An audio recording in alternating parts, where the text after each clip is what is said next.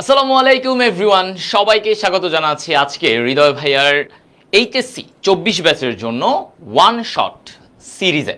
So তোমাদের বায়োলজির CQ এর জন্য মূলত আমি এবং তোমাদের হামিম ভাইয়া মিলে আমাদের একটা ওয়ান শট সিরিজ শুরু হয়েছে। সো আমি ইতিমধ্যে তোমাদের অণুজীবের ক্লাসটি নিয়েছি এবং তোমাদের হামিম ভাইয়া নিয়েছে হচ্ছে তোমাদের হামিম ভাইয়ের সামনে ক্লাস নেবে। সো আজকে আমি রক্ত ও সংবহন নিয়ে, এবং তোমরা দেখেছো টার্গেট ডিএমসি যে ফ্রি গ্রুপটা আছে সেখানে কিন্তু আমরা অলরেডি রুটিন পাবলিশ করে দিয়েছি যে এই মাসে আমরা কি কি ফ্রি ক্লাসগুলো নিব ওয়ান শট। ওকে, সো ওয়ান শট ক্লাসগুলোতে এর আগে তোমাদেরকে আমি দেখিয়েছি যে একদম ফিল্টার্ড করে তুমি যদি এই টপিকগুলা গুনে গুনে যে আমি এগুলো সিকিউর জন্য পড়বো তাহলেই তুমি দেখবা তোমার কাজ হয়ে গেছে। সো ওইভাবেই আমরা তোমাদেরকে পড়াবো, জিনিসগুলোকে শিখাবো, সো দ্যাট তোমরা জিনিসটাকে সহজে শেষ মুহূর্তে এসে তোমরা ধারণ করতে পারো। সো তোমরা কাইন্ডলি কেমন আছো? ওকে, ওয়ালাইকুম আসসালাম সবাইকে, এবং ভাইয়া আলহামদুলিল্লাহ ভালো আছে। আর তোমরা কাইন্ডলি একটু শেয়ার করে দিবা, ঠিক আছে? একটু শেয়ার করে দাও তোমাদের টাইম লাইনে এবং গ্রুপগুলোতে একটু শেয়ার করে দাও। ভাইয়াও ক্লাসটা শেয়ার করি সো দ্যাট আমাদের মেজরিটি স্টুডেন্ট ক্লাসটা করতে পারে। ওকে, তাহলে চলো এখন আচ্ছা দেখি ভাইয়া একটু বিভিন্ন গ্রুপগুলোতে শেয়ার দিয়ে দিই।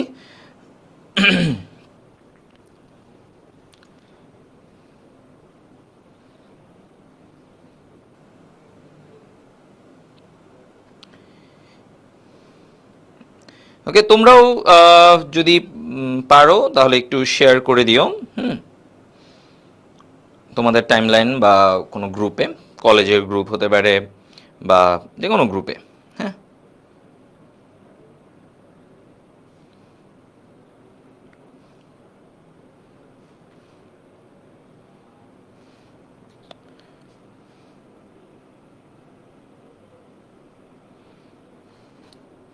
ভাই এটা কি এইচএসসি 24-এর জন্য? হ্যাঁ, এইচএসসি 24 এটা থেকে ক্লাসটা করতে পারবে। হ্যাঁ, এবং ওরা হাইলি বেনিফিটেড হবে বলে আমি মনে করি, বুঝছো? হাইলি বেনিফিটেড হবে ওরা এই ক্লাস থেকে। আচ্ছা ভাইয়া কেমন আছেন? ভাইয়া আলহামদুলিল্লাহ ভালো আছে, ঠিক আছে। তো তোমাদের সাথে বাকিরা কোথায়? ওরা কি আসবে নাকি আসবে না? বলো, বাকিরা কোথায়?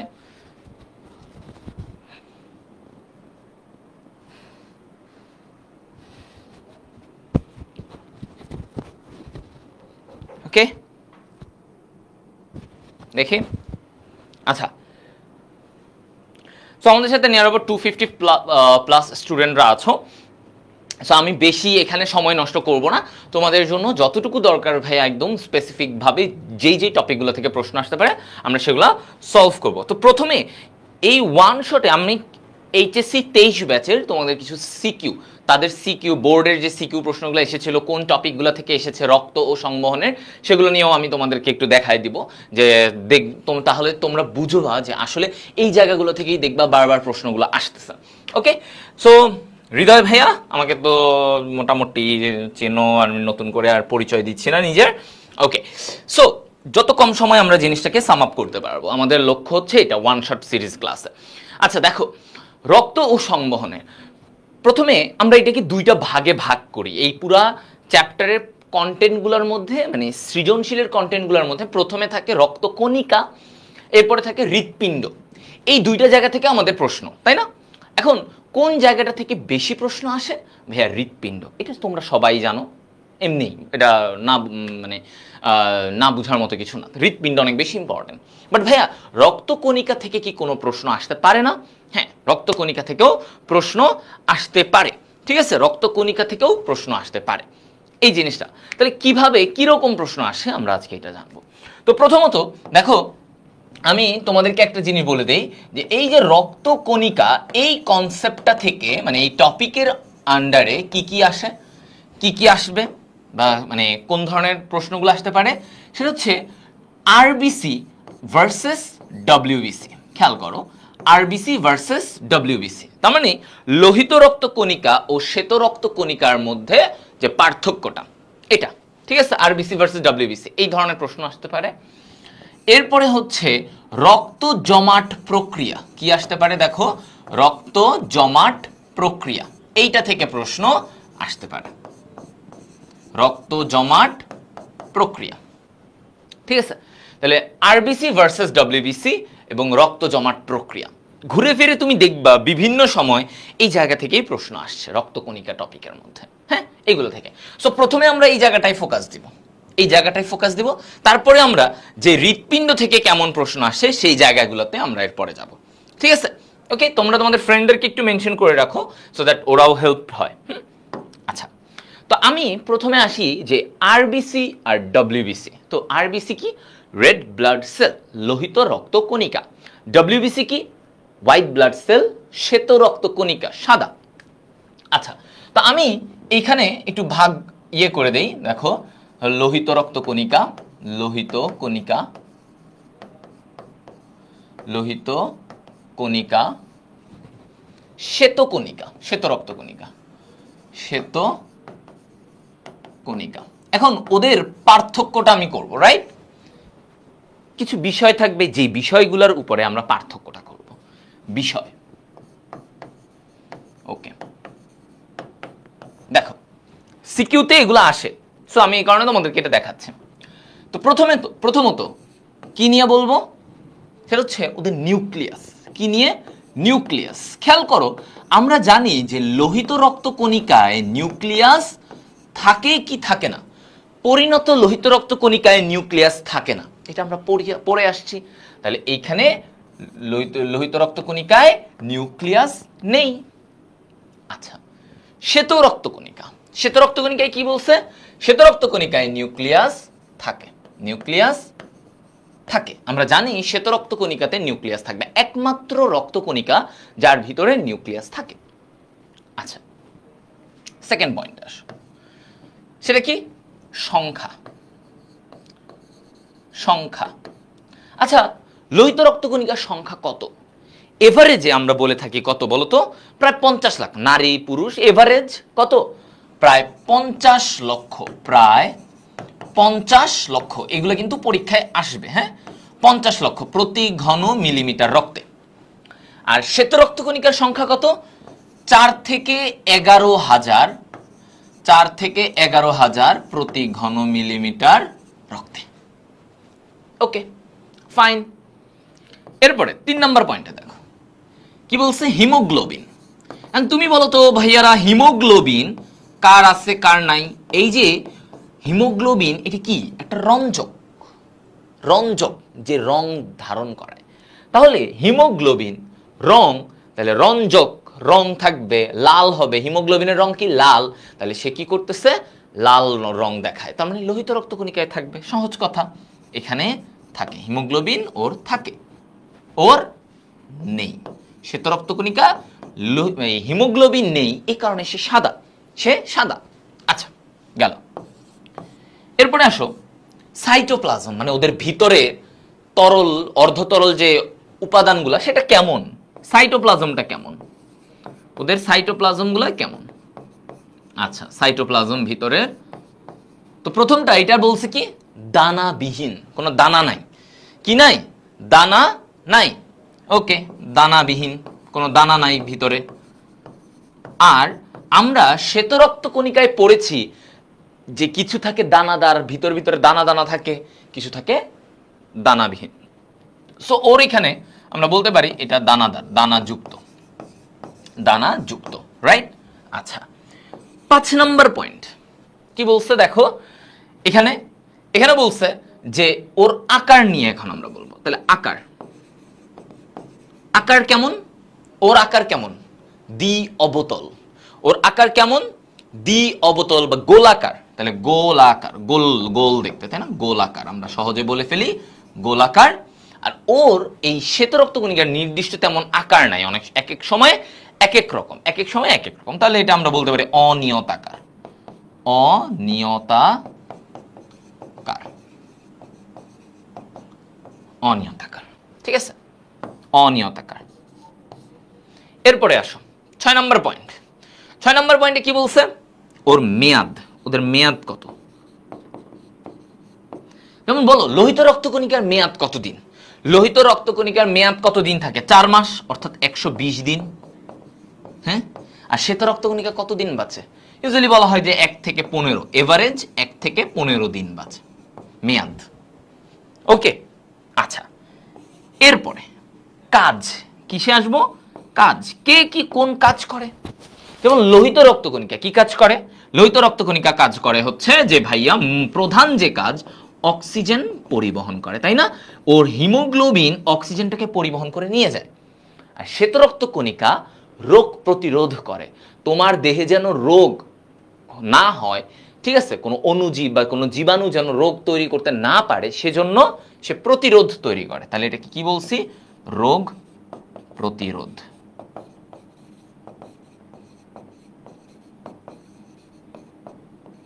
রোগ প্রতিরোধ তৈরি। দেখো, ইজ ইট ক্লিয়ার? হ্যাঁ সবাই, এই পয়েন্টগুলো তোমার লাগবে, এগুলো প্রায় অনেক সময় আসতে দেখা যায়। এই পয়েন্টগুলো একদম সিকিউতে কিন্তু আমার এই পয়েন্টগুলো অনেক অনেক অনেক আসতে দেখা গেছে। সো এ কারণে তোমাদেরকে আমি বারবার এই জিনিসগুলো বলতেছি। দেখো, আশা করি এই পয়েন্টগুলো তোমাদের এখন বোঝা হয়ে গেছে, তাই না? হয়ে গেছে। ওকে, ক্লিয়ার, পরিষ্কার একদম, এগুলো আমাদের হয়ে গেছে। তাহলে এই ধরনের প্রশ্ন যদি আসে তুলনা করতে, তাহলে তুমি এরকম 6 থেকে 7টা প্রমাণ করে দেখাই দিবা, ঠিক আছে? দেখাই দিবা। ওকে, ভালো, ক্লিয়ার ভাইয়া, ভেরি গুড। ওকে, এরপরে তাহলে এরপরেটা কি? রক্ত জমাট প্রক্রিয়া। এটাও খুবই কমনলি সিকিউতে আসে। কোনটা? রক্ত জমাট প্রক্রিয়া। তাহলে আমাকে বলছে রক্ত জমাট প্রক্রিয়া, ঠিক আছে? রক্ত জমাট প্রক্রিয়া, ঠিক আছে? রক্ত জমাট প্রক্রিয়া। এখন দেখো ভাইয়া, রক্ত জমাট প্রক্রিয়া শুরুটা হয় কখন? শুরুটা কখন থেকে হবে? ঠিক আছে, কখন থেকে এটা হবে? আচ্ছা, তো যখন একটা জায়গায় ধরো কেটে গেছে, আমার এই জায়গায় কেটে গেল, রক্ত জমাট, এখানে রক্তটা কিভাবে জমাট বাঁধবে? তো এখানে ধরো আমার একটা অংশ কেটে গেছে, ক্ষত, ঠিক আছে? কি বলছি? ক্ষত স্থানে, আমার যে জায়গাটায় ক্ষত হয়েছে, খেয়াল করো ভাইয়া, এই ক্ষত স্থানে কি হবে? অনুচক্রিকা ভেঙে যাবে। কি হবে? অনুচক্রিকা ভেঙে যাবে। ওকে, ওই যে অনুচক্রিকা, কারণ আমরা জানি এই অনুচক্রিকা কি করে? রক্তকে জমাট বাঁধতে সাহায্য করে, তাই না? আচ্ছা, তো ক্ষত স্থানে অনুচক্রিকা ভেঙে যায়, ভেঙে যায়। আচ্ছা, ভেঙে গেলে সেখানে কি হবে? একটা জিনিস সক্রিয় হয়, থ্রোম্বোপ্লাস্টিন। একটা কি হয়? একটা জিনিস সক্রিয় হয়, যেটাকে বলা হয় থ্রোম্বোপ্লাস্টিন। আচ্ছা, সো এই অনুচক্রিকা থেকে একটা ক্লটিং ফ্যাক্টর বের হবে, যার নাম থ্রোম্বোপ্লাস্টিন। মনে রাখো, এগুলা যদিও আগে নাম পড়ার কথা তোমাদের, এটা একদম সিকিউতে এইভাবে আসবে। সো এইভাবে ফ্লো চার্ট করে দেখাবা, তারপর একটু ব্যাখ্যা করবা, মানে রচনার মতো ব্যাখ্যা করবা। সো থ্রোম্বোপ্লাস্টিন সক্রিয় হয়ে গেল। থ্রোম্বোপ্লাস্টিন বসে থাকবে না। থ্রোম্বোপ্লাস্টিন কি করবে? সহজে দেখো, সহজে শিখো, তোমাদের জন্য এগুলো আর অনেক জটিল প্রক্রিয়া আছে, তো তোমাদের জন্য এত জটিলতায় আসে না, তোমাদের জন্য সিম্পল জিনিসটা। কারণ এই থ্রোম্বোপ্লাস্টিন ও আরেকজনকে সক্রিয় করবে, আরেকটা নিষ্ক্রিয় ফ্যাক্টরকে সক্রিয় করবে। তো দেখো কাকে সক্রিয় করে? সে প্রোথ্রম্বিন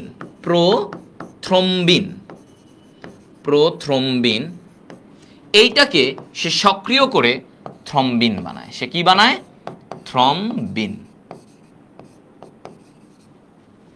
আচ্ছা, তাহলে থ্রোম্বোপ্লাস্টিন প্রোথ্রম্বিনকে সক্রিয় করে কি বানাবে? থ্রম্বিন। কি বানাবে? থ্রম্বিন, ঠিক আছে? থ্রম্বিন। এই থ্রম্বিন কি কাজ করবে? সক্রিয় থ্রম্বিন, ও কি হয়ে গেল? সক্রিয়। এবার এই সক্রিয় থ্রম্বিন ফাইব্রিনোজেনকে কি করবে? দেখো, ফাইব্রিনোজেনকে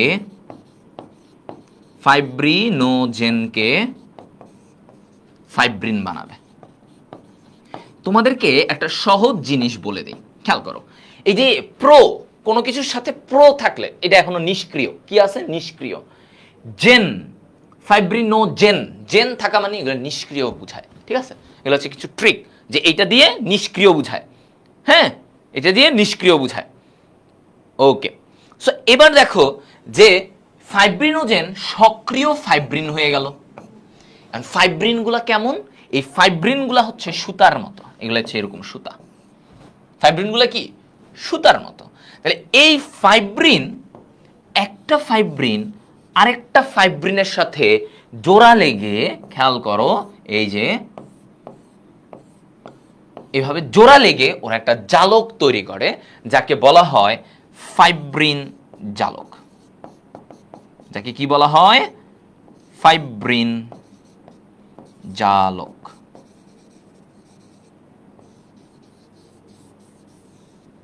ঠিক আছে, ফাইব্রিন জালক, ফাইব্রিন জালক বলা হয়।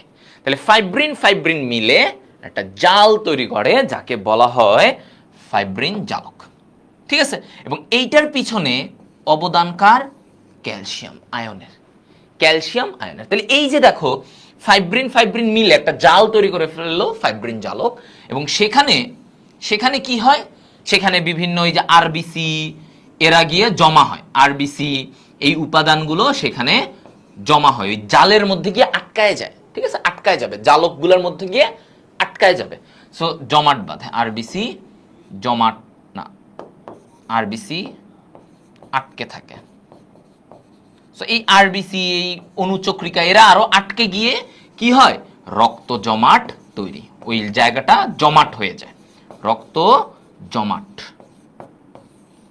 এই মানে বুঝছো? মানে ফাইব্রিন একটা জাল তৈরি করছে, জালের মতো। তো জালে কিছু ফাঁকা আছে না, ফুটা আছে না, ফুটো। এই ফুটা জায়গাটাকে কি হচ্ছে? তোমার হচ্ছে এই আরবিসি অনুচক্রিকা, এগুলো গিয়ে এখানে আটকে যায়, জালের ফুটোগুলোর মধ্যে আটকে যাবে। তাহলে কি হচ্ছে? সেই জায়গাটা একটা জমাট হয়ে গেল, একদম ভরাট, জমাট। এই যে আমাদের কেটে গেলে এখানে কালো কালো এরকম হয়ে যায় না, সেই জায়গাগুলো। ঠিক আছে, ওকে, বুঝা গেল? তাহলে এই যে মানে এই যে রক্ত জমাট প্রক্রিয়াটা, এই রক্ত জমাট প্রক্রিয়াটা তুমি যত সুন্দরভাবে লিখে, এইভাবে ফ্লোচার্ট দিয়ে তারপরে তুমি নিজের মতো লিখবা, এটারে আরো ব্যাখ্যা করবা। এই যে মুখে যেই কথাগুলো বলতেছি, এই কথাগুলো তুমি যখন এটা বুঝে গেছো, তখন তুমি এটা আবার লিখবা। লিখে যখন এগুলা দিবা, আমি মনে করি তোমারে কেউ আটকাইতে পারবে না। লাগলে ছবি দিবা, এরকম একটা জমাটের চিত্র, জালের মতো চিত্র এঁকে এখানে লিখে দিবা। এই যে আরবিসি গুলা দেখো, এই যে এখানে আটকায় গেছে, এই যে আটকায় গেছে জালের মধ্যে, আটকায় গেছে, শেষ। হ্যাঁ, শেষ। এটাই বুঝে গেল?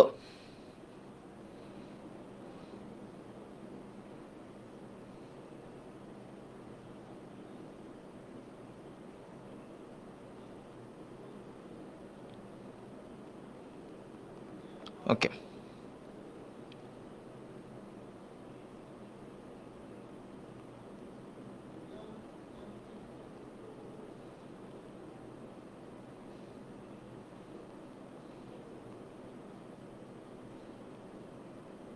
ওকে, এনি মোর প্রবলেম এইখানে?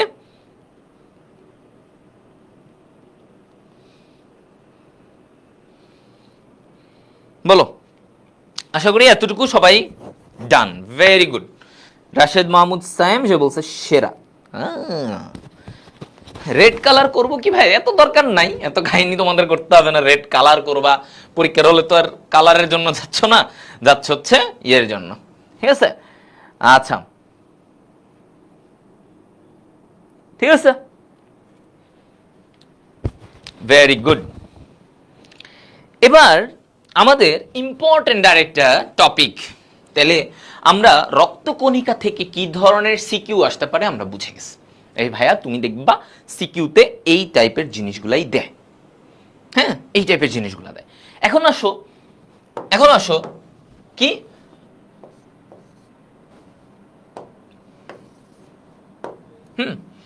হৃৎপিণ্ড টপিক থেকে আমরা কিন্তু সিকিউ করব। দেখো তোমাদের জন্য সিকিউ, তুমি এগুলো যখন পড়াবো তুমি দেখবা যে ভাই হাই হাই ওই সিকিউ তো পারি, বুঝো নাই?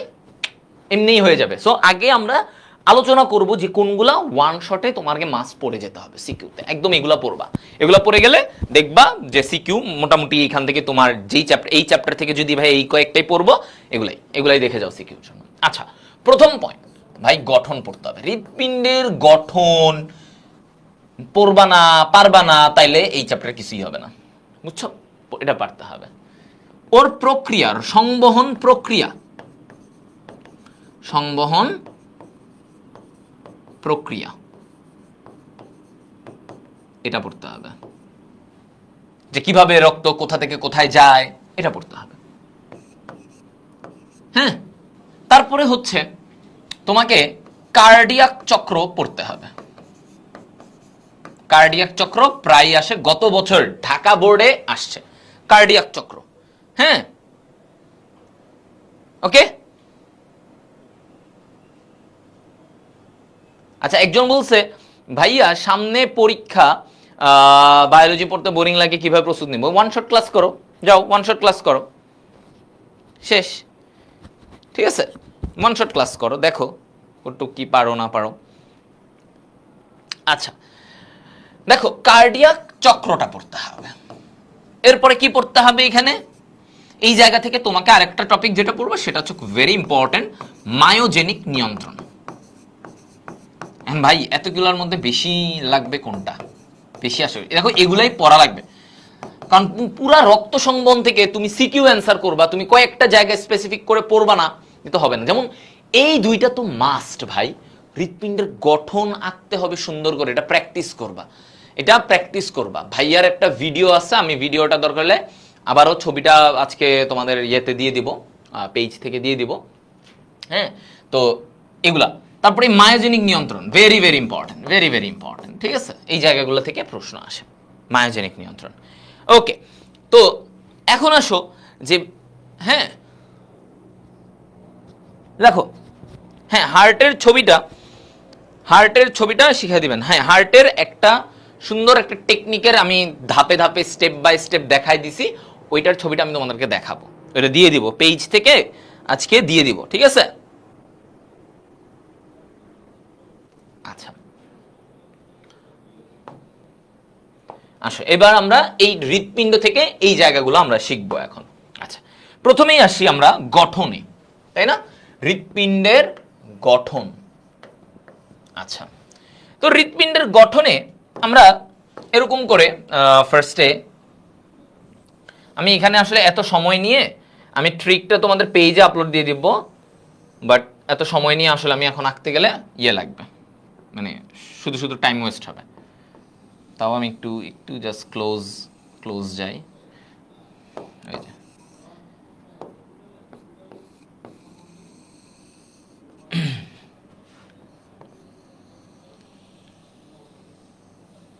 একটু এভাবে করে দিয়ে দিবা। এভাবে করে দিয়ে দিলা, তারপরে এই দিক থেকে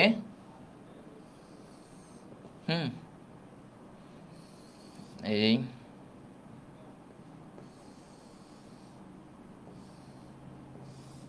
এরকম ভাবে দিয়ে দিবা, এই দিক থেকে এই দিকে এইভাবে দিবা, এই দিক থেকে এইভাবে দিবা। ঠিক আছে, এরপরে দেখো এই দিক থেকে এইভাবে একটা দিবা, এই দিক থেকে এইভাবে একটা দিয়ে রাখো। হ্যাঁ, এভাবে একটু দিবা। এটা গেল এখান থেকে, তারপরে এইখান থেকে আরেকটা এইভাবে দেখাই দিই আমরা। সো এই এই ওকে, এরপরে দেখো দিলাম, একটু ডিফারেন্ট কালার করি। এই দিক থেকে আমার একটা জিনিস,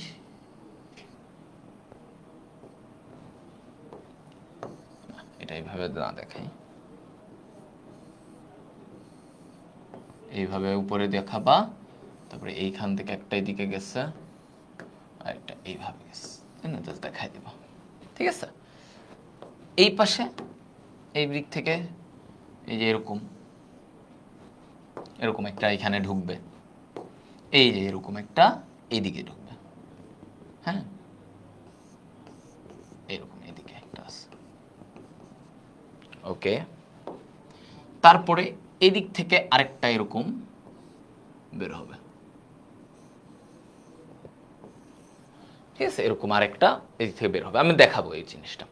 তো মোটামুটি এটা আমি একদম রাফলি আঁকছি, মানে আমার ইয়ে থেকে, ঠিক আছে, একটা রাফলি আঁকছি। এরপরে তোমাদেরকে এবার আমি লেবেলিং করে দেখাবো। ওকে, হ্যাঁ। সো তোমাদের হৃৎপিণ্ড কিন্তু একটু বাঁকা করে রাখবা, কেউ আবার এমনি সোজা এঁকে দিও না, একটু বাঁকা। হৃৎপিণ্ড থাকে কোথায়? এই যে এই জায়গায়, হ্যাঁ, ওকে, এইভাবে থাকে বাঁকা হয়ে। সো এই জায়গাটা প্লেটলেট নিয়ে আলোচনা, সোহেল এক কি কমেন্ট করতেছো, প্লেটলেট নিয়ে আলোচনা করার কিছু নেই, প্লেটলেটের এই জমাট বাঁধাটাই আসে, প্লেটলেটের আর তেমন কোনো কিছু আসে না। ওকে, এটা আমি মেইন ক্লাস আরো আলাদা আছে, তুমি চাইলে ওগুলো করে নিতে পারো। ওকে, তো এবার দেখো এই যে গঠনে আমরা দেখব, আমরা এই জায়গাগুলো নিয়ে আলোচনা করব এবার। আসো, তো প্রথমত আমরা জানি, দেখো হৃৎপিণ্ডের কয়টা প্রকোষ্ঠ? আমাদের হৃৎপিণ্ডের কয়টা প্রকোষ্ঠ? চারটা। কি কি? একটা হচ্ছে ডান অলিন্দ, একটা হচ্ছে বাম অলিন্দ, এটা হচ্ছে ডান নিলয়, আর একটা হচ্ছে বাম নিলয়। Okay, right atrium, left atrium, right ventricle, left ventricle, ঠিক আছে। আচ্ছা, এইবার দেখো যে এই জায়গা থেকে যে চারটা প্রকোষ্ঠ, ডান অলিন্দ, বাম অলিন্দ, ডান নিলয়, বাম নিলয়। এবার এই যে ডান অলিন্দ, এটাকে আমরা কি বলি? এই প্রকোষ্ঠটাকে ডান অলিন্দ, রাইট অ্যাট্রিয়াম, তাই না? ডান অলিন্দ, উপরে কি থাকে? অলিন্দ, নিচে থাকে নিলয়। এটা আমরা ছোটবেলা থেকেই পড়ে আসতেছি। তো এই ডান অলিন্দে কারা কারা প্রবেশ করে? দেখো, এই ডান অলিন্দে আমার সারা দেহ থেকে কার্বন ডাই অক্সাইড যুক্ত রক্ত, কোন ধরনের রক্ত? কার্বন ডাই অক্সাইড যুক্ত রক্ত আমার ডান অলিন্দে প্রবেশ করে। কোথায় প্রবেশ করে? ডান অলিন্দে প্রবেশ করে। তাহলে আমার এই জায়গা থেকে দেখো কোনটা নামতেছে? উপর থেকে, মাথার অংশ থেকে, হ্যাঁ, আমাদের হৃৎপিণ্ডের উপরের অংশ থেকে একটা শিরা নামতেছে, যার নাম superior vena CAVA. Superior vena CAVA. তাহলে আমার উপর থেকে যেটা নামতেছে এটাকে কি বলা হয়? Superior vena CAVA, vena CAVA. আচ্ছা, নিচ থেকে যেটা ডান অলিন্দে প্রবেশ করতেছে, কোথা থেকে? নিচ থেকে, এই যে নিচে। তাহলে এই যে আমাদের পা, পেট, এই জায়গাগুলো থেকে যেটা নিচে প্রবেশ করতেছে সেটাকে বলা হয়, এটাকে কি বলা হয়? Inferior vena CAVA. Inferior vena CAVA. দেখো, ইনফেরিয়র মানে কি? নিচে। তাহলে ইনফেরিয়র ভেনা কাভা, ঠিক আছে, ইনফেরিয়র ভেনা কাভা, ঠিক আছে, দেখছো? তাহলে সুপিরিয়র ভেনা কাভা উপর থেকে সমস্ত কার্বন ডাই অক্সাইড যুক্ত রক্ত অলিন্দে নিয়ে আসলো, ডান অলিন্দে। আর ইনফেরিয়র ভেনা কাভা নিচ থেকে কার্বন ডাই অক্সাইড যুক্ত রক্ত, কোন ধরনের রক্ত? কার্বন ডাই অক্সাইড যুক্ত রক্ত নিয়ে আসলো। আর এই দিক থেকে আরেকটা প্রবেশ করে যার নাম করোনারি সাইনাস। ও কি করে? Coronary sinus. ও হচ্ছে হৃৎপিণ্ডের যে প্রাচীর, হৃৎপিণ্ডের প্রাচীর থেকে কার্বন ডাই অক্সাইড যুক্ত, কারণ তুমি দেখো হৃৎপিণ্ডের উপর থেকে নিয়ে আসলো একজন, নিচ থেকে নিয়ে আসলো একজন, হৃৎপিণ্ডের চারপাশ থেকে কে নিয়ে আসে? সেটা হচ্ছে করোনারি সাইনাস। ও হৃৎপিণ্ডের যে পেশি, সেখান থেকে কার্বন ডাই অক্সাইড যুক্ত রক্তটাকে ডান অলিন্দে নিয়ে আসে। That's it. আপাতত এতটুকু মাথায় রাখো, হ্যাঁ, ওকে।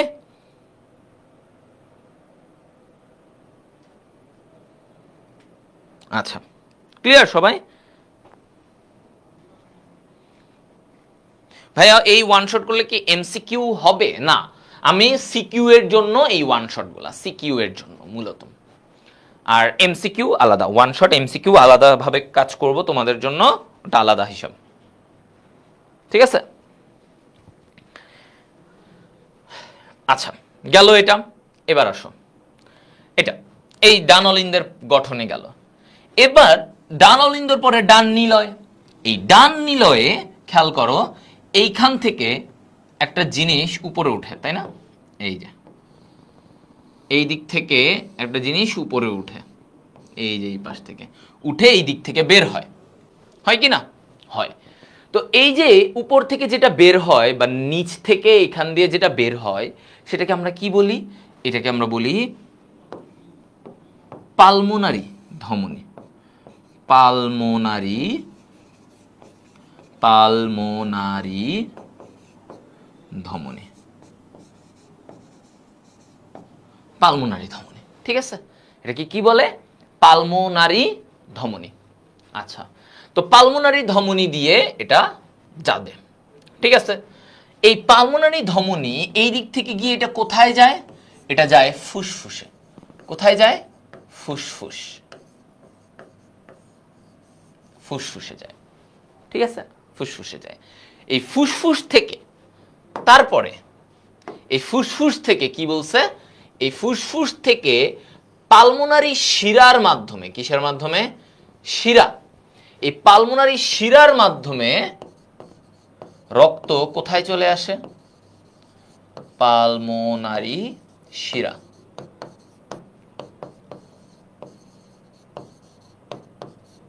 এই পালমোনারি শিরার মাধ্যমে এটা বাম অলিন্দে চলে আসে। এটা কি? বাম অলিন্দ। এটা কি? বাম অলিন্দ। তাহলে বাম অলিন্দে চলে আসে। এই বাম অলিন্দ থেকে তারপরে রক্তটা বাম নিলয়ে চলে আসে, তাই না? বাম নিলয়ে আসে। এই বাম নিলয় থেকে একটা ধমনী উপরে উঠতে থাকে। এবার আসো, এই বাম নিলয় থেকে একটা ধমনী এভাবে উপর দিয়ে বের হয়, এই যে এরকম থেকে উপর দিয়ে বের হয়, এই যে এটা, হ্যাঁ, এই যে উপর দিয়ে বের হচ্ছে। তাহলে এইটার নাম কি? এটার নাম হচ্ছে, হ্যাঁ, এটার নাম হচ্ছে অ্যাওর্টা। কি বলা হয়? অ্যাওর্টা। ঠিক আছে, অ্যাওর্টা। তাহলে এটাকে কি বলা হয়? বাম নিলয় থেকে যেটা উপরে উঠতে থাকে সেটাকে বলা হয় অ্যাওর্টা। ঠিক আছে, খেয়াল করো। হ্যাঁ, তাহলে অ্যাওর্টা দিয়ে বের হয়ে সে সারা দেহে চলে যাবে। শেষ কি হবে? সারা দেহে চলে যাবে। তো যখন তোমাদেরকে এরকম লিখতে মানে গঠন আঁকতে বলবে, তুমি হৃৎপিণ্ড এঁকে তুমি এগুলা লেবেলিং করবা, এটা এটা এটা এখানে যাবে, এটা এই কাজ করে। ওটার আরো ডিটেলস টেকটিকটা আমি তোমাদেরকে দেখাই দিব। হ্যাঁ হ্যাঁ, ইউটিউবে আপলোড দেওয়া হবে এই ক্লাস। ওকে,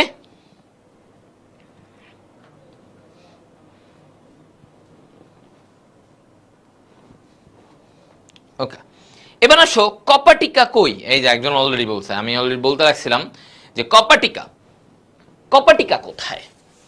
খেয়াল করো, এই জায়গায় ডান অলিন্দ আর ডান নিলয়ের মাঝখানে যেই কপাটিকা থাকে সেই কপাটিকাটাকে কি বলা হয়? এই জায়গায় তিনটা পর্দা দিয়ে একটা কপাটিকা থাকে, মনে রাখবা, তিনটা পর্দা দিয়ে এরকম একটা কপাটিকা।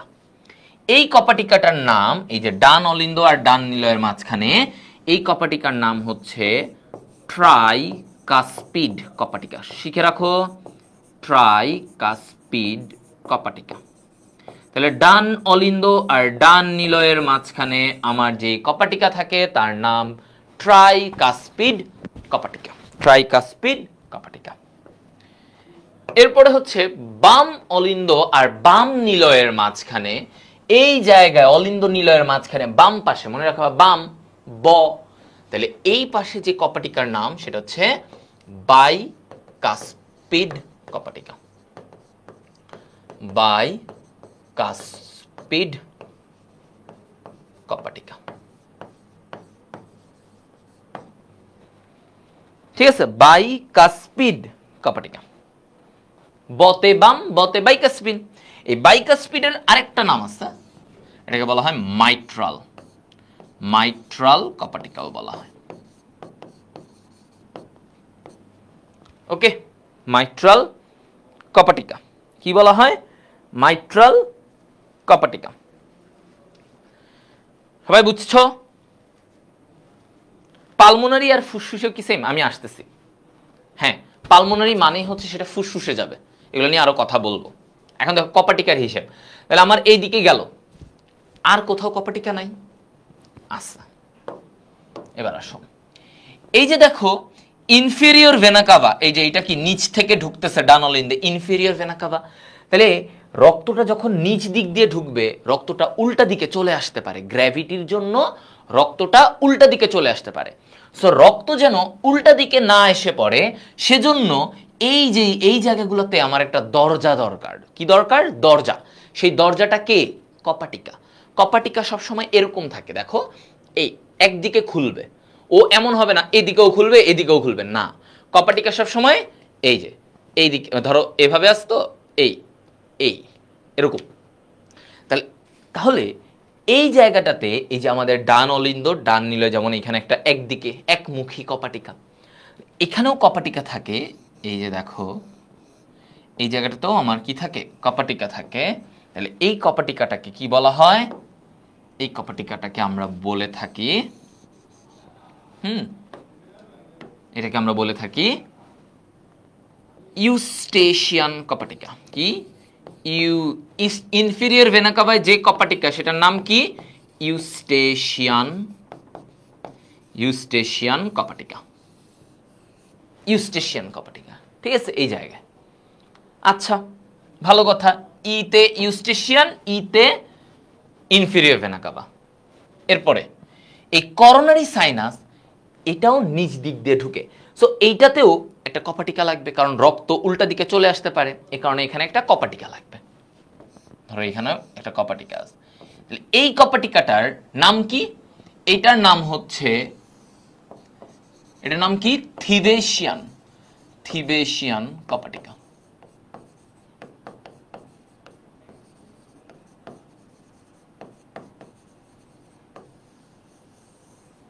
থিবেশিয়ান কপাটিকা, থিবেশিয়ান কপাটিকা।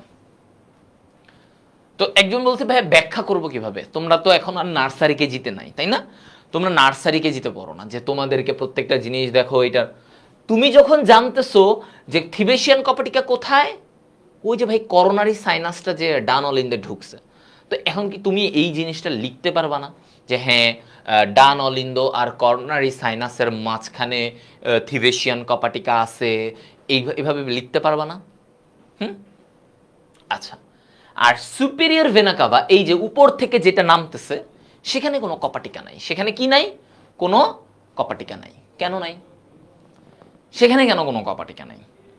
কারণ তুমি দেখো রক্ত উপর থেকে নিচে নামতেছে। সো রক্ত কি কখনো গ্র্যাভিটির উল্টা দিকে এমনি যাইতে থাকবে? অটোমেটিক নিজে নিজে উল্টা দিকে যাবে? মানে উপরের দিকে এমনি যাইতে পারবে? পারবে না, তাই না? গ্র্যাভিটির বিপরীতে সে যাবে না। সো এই জায়গায় আমার কপাটিকা দরকার নাই, কারণ রক্ত এমনিই নামবে। সো রক্ত এমনি যাবে না, বুঝতে পারছো? গ্র্যাভিটির উল্টা দিকে যাবে না। সো এই কারণে সুপিরিয়র ভেনা কাভার এখানে দেখো কোনো কপাটিকা নাই। আচ্ছা, এরপরে আসো, এই যে আমাদের ডান নিলয়, এই যে ডান নিলয় থেকে যে একটা উঠতেছিল পালমোনারি ধমনী, কি উঠতেছিল? পালমোনারি ধমনী। এই পালমোনারি ধমনী এটা কোথা থেকে উঠে? নিচ থেকে উঠতেছে। তাহলে এইখানে রক্তটাকে উল্টা দিকে আসার জন্য বাধা দিবে, এই রক্ত যেন উল্টা দিকে না আসে, এটাতে বাধা দিবে কে?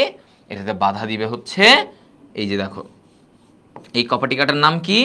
এই কপাটিকাটার নাম হচ্ছে পালমোনিক কপাটিকা। পালমোনিক কপাটিকা। পালমোনিক কপাটিকা। আচ্ছা, এরপরে আসো এইদিকে দেখো বাম নিলয়ে, বাম নিলয়ে এই যে অ্যাওর্টাটা উপরে উঠতেছে। সো এই যে অ্যাওর্টাটা এখান থেকে কোথায় উঠতেছে? উপরে উঠতেছে। সো এই জায়গায় একটা কপাটিকা দরকার। কি দরকার? এই জায়গাতেও একটা কপাটিকা দরকার। তাহলে এই কপাটিকাটাকে কি বলা হয়? এটাকে বলা হয় অ্যাওর্টিক, অ্যাওর্টিক কপাটিকা।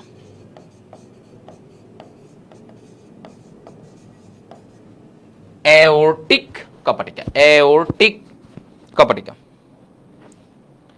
ওকে,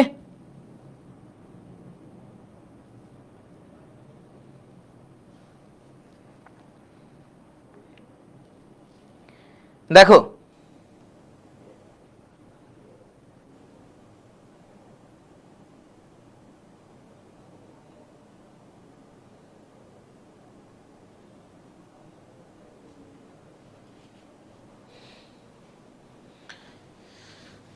বুঝতে পারছো কিনা বলো?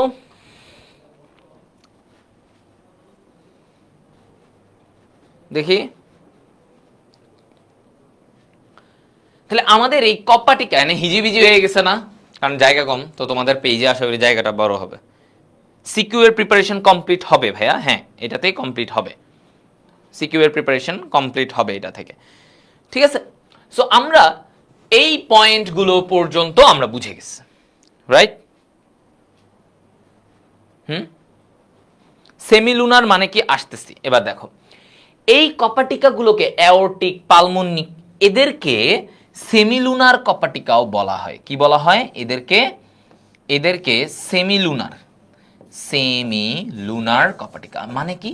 সেমি মানে অর্ধ, অর্ধেক, লুনার মানে চাঁদ, তাহলে সেমিলুনার কপাটিকা তার মানে অর্ধচন্দ্রাকৃতি, অর্ধেক চাঁদের মতো দেখতে, সেমিলুনার কপাটিকা, সেমিলুনার কপাটিকা, ঠিক আছে? সেমিলুনার কপাটিকা।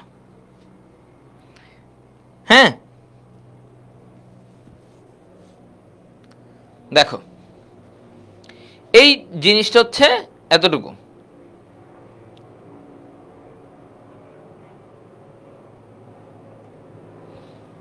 বইতেও এতগুলো কপাটিকা নাই, বইতে এতগুলো কপাটিকা নাই। কে বলছে তোমাদেরকে? বইতে 6টা কপাটিকা আছে, হ্যাঁ বইতে 6টা কপাটিকা আছে। দেখো সহজ করে মনে রাখবা, হ্যাঁ 6টা মোট কপাটিকা। এদের দেখো আমি আবার একবার বলি তোমাদেরকে, 6টা কপাটিকা আছে মোট। এই কপাটিকা কিন্তু আসে পরীক্ষায়, এগুলা থেকে দেয়, সৃজনশীলে দেখবা কোথায় কোনটা আছে, কি কাজ করে। তাহলে কপাটিকার কাজ হচ্ছে ভাইয়া একমুখী করা, তার মানে এদিক থেকে এদিকে যাবে, একমুখী করবে, রাস্তাটা একদিকে হবে, বুঝতে পারছো? একদিকে হবে। আচ্ছা, সো এবার আমরা আবার আসি, খেয়াল করো, হ্যাঁ এই জায়গাটায় দেখো তো কি বলছে যে এখানে ডান অলিন্দ, ডান অলিন্দ, ডান অলিন্দে কি কি প্রবেশ করে? আমরা বলছিলাম superior vena CAVA, coronary sinus, inferior vena CAVA, তিনটা জিনিস, তিনটা শিরা কার্বন ডাই অক্সাইড যুক্ত রক্ত পরিবহন করে। তো এদের মধ্যে ইনফেরিয়র ভেনা কাভায় মনে রাখো ই ইনফেরিয়র, তাহলে ওর কপাটিকার নাম কি? ইউস্টেশিয়ান কপাটিকার নাম কি? ইউস্টেশিয়ান কপাটিকা।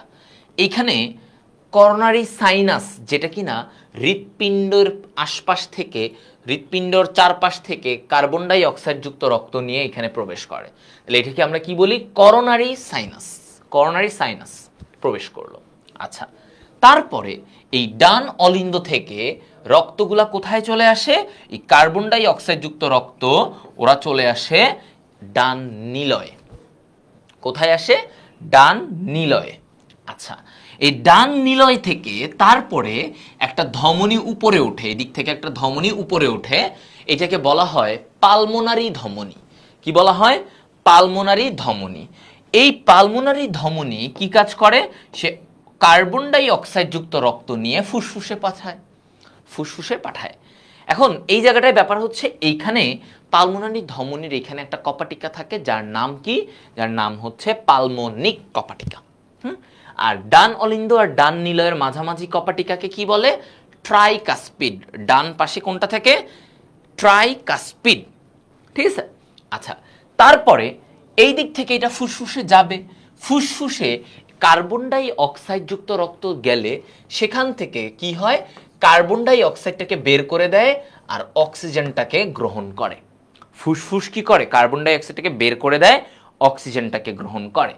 সেই অক্সিজেন যুক্ত রক্তটা কি হবে? এই পালমোনারি শিরা, দেখো এই যে পালমোনারি শিরার মাধ্যমে বাম অলিন্দে বা লেফট অ্যাট্রিয়ামে প্রবেশ করে। বাম অলিন্দে প্রবেশ করলো, বাম অলিন্দ থেকে বাম নিলয়ে প্রবেশ করবে কিসের মাধ্যমে? এই যে বাইকাসপিড কপাটিকা। তাহলে বাম পাশে বাম অলিন্দ আর বাম নিলয়ের মাঝে কোন কপাটিকা থাকবে? By cuspid কপাটিকা। কোন কপাটিকা? বাইকাস্পিড কপাটিকা। আচ্ছা, তারপরে এই যে এখান থেকে এটা আসলো, এই বাম অলিন্দ থেকে, সরি বাম নিলয় থেকে রক্তটা কি হবে এবার? অ্যাওর্টা দিয়ে উপরে উঠবে। কি হবে? অ্যাওর্টা দিয়ে উপরে উঠবে। এই অ্যাওর্টার এখানে যে কপাটিকাটা থাকবে সেটাকে বলা হয় অ্যাওর্টিক কপাটিকা। কি বলা হয়? অ্যাওর্টিক কপাটিকা। ঠিক আছে, অ্যাওর্টিক কপাটিকা। ওকে, কি বলি এটাকে? অ্যাওর্টিক কপাটিকা। Any doubt up to this? Aortic কপাটিকা। এই অ্যাওর্টাটা এই জায়গা থেকে বের হয়ে সে কি হবে? সারা দেহে অক্সিজেন যুক্ত রক্ত সাপ্লাই দিবে। সে কি করবে? সারা দেহে অক্সিজেন যুক্ত রক্ত সাপ্লাই দিবে। এইটা এই পয়েন্ট সহজ করে সহজ করে আমরা এটা জেনে ফেলবো। Okay fine. এখন আসো এখানের পর থেকে যে ভাই আমরা এটাকে একটু সহজ করে, যদি একটু সহজ করে দেখান, মানে একটু ফ্লো করে ভাইয়া এটাকে একটু ইজি করে আমরা উপস্থাপন করি যে এটা কিরকম, এটার পর থেকে এটা কি হয়, কোনটার পর থেকে কি হয়। তো প্রথমত দেখো, আমি এবার একটু তোমাদেরকে লিখে ফ্লো চার্ট করে দিয়ে দিই, তাহলে তোমাদের মাঝে মাঝে দেখলে সহজ মনে হবে। আচ্ছা, তো জিনিসটা হচ্ছে প্রথমে কি হয়? কার্বন ডাই অক্সাইড যুক্ত রক্ত, কার্বন ডাই অক্সাইড যুক্ত রক্ত, সেটা কি হবে? দেখো, এই কার্বন ডাই অক্সাইড যুক্ত রক্ত শিরার মাধ্যমে, কিসের মাধ্যমে? শিরা, শিরার, হ্যাঁ শিরার মাধ্যমে, শিরার মাধ্যমে কোথায় প্রবেশ করবে? ডান অলিন্দে প্রবেশ, ডান অলিন্দে, ডান অলিন্দে প্রবেশ। তাহলে সে কি করলো? কার্বন ডাই অক্সাইড যুক্ত রক্ত শিরার মাধ্যমে ডান অলিন্দে প্রবেশ করলো। আচ্ছা, ভালো কথা, খুবই ভালো, প্রবেশ করলো। এরপরে এরপরে কি হবে? ডান অলিন্দে যখন সে প্রবেশ করলো, এখান থেকে দেখো যে রক্ত ডান নিলয়ে প্রবেশ করে। তাহলে ডান অলিন্দ থেকে এরপরে কোথায় যায় রক্ত? ডান নিলয়ে প্রবেশ করে, ডান নিলয়ে প্রবেশ। আচ্ছা, ওই যে ট্রাইকাস্পিড কপাটিকা হয়ে ডান নিলয়ে প্রবেশ করলো। তারপরে ডান নিলয় থেকে পালমোনারি ধমনী, আমরা দেখলাম তখন যে পালমোনারি ধমনী হয়ে, পালমোনারি ধমনী, পালমোনারি ধমনী হয়ে কি হচ্ছে? কোথায় যায়? ফুসফুসে যায়, তাই না? পালমোনারি মানে কি? ফুসফুস। তার মানে এটা ফুসফুসে যাচ্ছে, ফুসফুস। ওকে, ফুসফুস যাচ্ছে। আর ফুসফুসে গিয়ে কি হয়? কার্বন ডাই অক্সাইড বের হয়, রাইট? ফুসফুসের কাজ কি? কার্বন ডাই অক্সাইডটাকে বের করে দেওয়া, অক্সিজেনটাকে গ্রহণ করা, রাইট? অক্সিজেনটাকে গ্রহণ করা। অক্সিজেন আসলো, রক্তটা কি হয়ে গেল? অক্সিজেন যুক্ত রক্ত হয়ে গেল। রক্তটা কি হলো? অক্সিজেন যুক্ত রক্ত হলো। ঠিক আছে, অক্সিজেন যুক্ত রক্ত, তাই না? এখন এই অক্সিজেন যুক্ত রক্ত এরপরে কি হবে? সে পালমোনারি শিরার মাধ্যমে আসবে। কিসের মাধ্যমে? পালমোনারি শিরা এই অক্সিজেন যুক্ত রক্তটাকে বহন করবে। ঠিক আছে, পালমোনারি শিরা, এই পালমোনারি শিরা অক্সিজেন যুক্ত রক্তটাকে নিয়ে কোথায় আসবে? সে ডান, বাম অলিন্দে আসবে, বাম অলিন্দে প্রবেশ। আচ্ছা, বাম অলিন্দ থেকে এটা কোথায় যাবে? বাম নিলয়ে যাবে, বাম নিলয়ে যাবে। বাম নিলয় থেকে তারপরে কি হবে? সে যাবে কোথায়? ওই যে বাম নিলয় থেকে অ্যাওর্টা। দেখো এই সংবহন প্রক্রিয়া কিন্তু, এই প্রক্রিয়া কিন্তু তোমাদের আসে। সো ভাইয়া আমি এমনি এমনি পড়াচ্ছি না, কারণেই পড়াচ্ছি। হ্যাঁ, ওকে।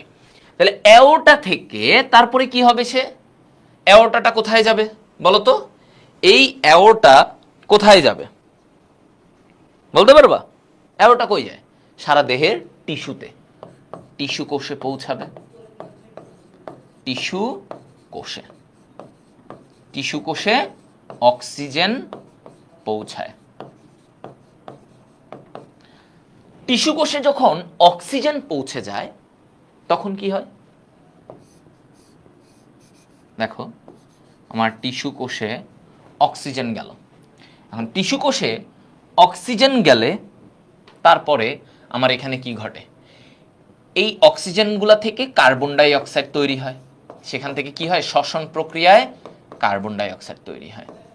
আর এই কার্বন ডাই অক্সাইডটা, এই carbon die oxide রক্তটাকে, carbon die oxide রক্তের সাথে এসে শিরার মাধ্যমে আবার ডানলিন্দে প্রবেশ করে। তাহলে আমাদের কোষগুলো কি করে, অক্সিজেনকে ব্যবহার করে তার কার্বন ডাই অক্সাইড তৈরি করে, সেই কার্বন ডাই অক্সাইড আবারও শিরার মাধ্যমে আমাদের ডানলিন্দে প্রবেশ করবে এবং এইভাবে চলতে থাকে। তাহলে এইটা হচ্ছে আমাদের কি বলতো, এটা হচ্ছে আমাদের রক্ত সংবহন প্রক্রিয়া। তাহলে আমরা গঠন শিখলাম, আমরা সংবহন প্রক্রিয়াও শিখে ফেললাম।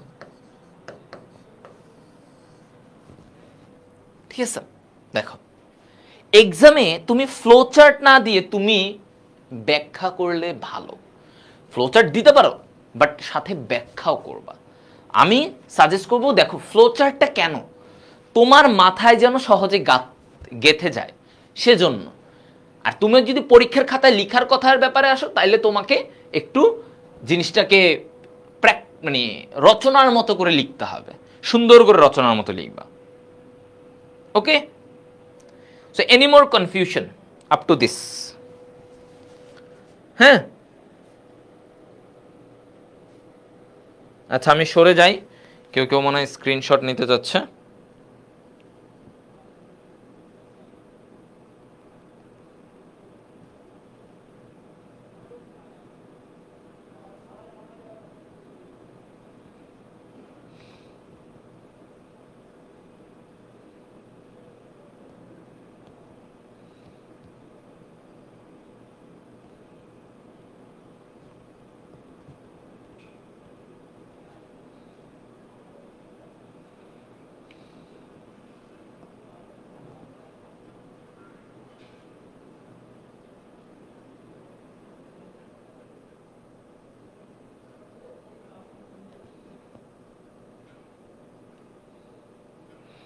বলো,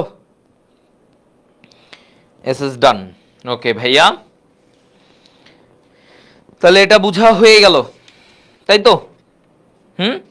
তাহলে এই ধরনের প্রশ্নগুলাই কিন্তু আমাদের আসে, এই ধরনের প্রশ্নগুলা আমাদের আসে।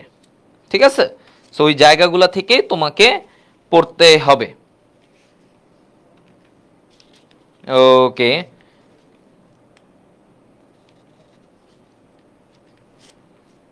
আচ্ছা এখানে আর তোমাদের ওইভাবে কিছু নাই। Okay fine.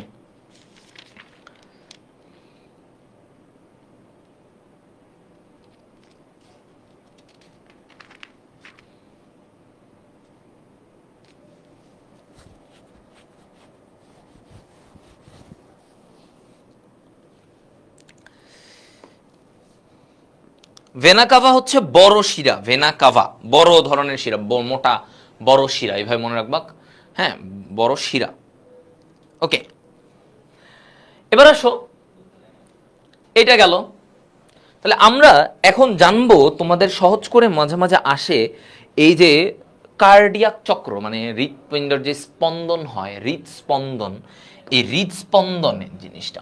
তাহলে আসো এখন আমরা জানবো হচ্ছে কার্ডিয়াক চক্রটা আমাদের আসে। হ্যাঁ, কার্ডিয়াক চক্র।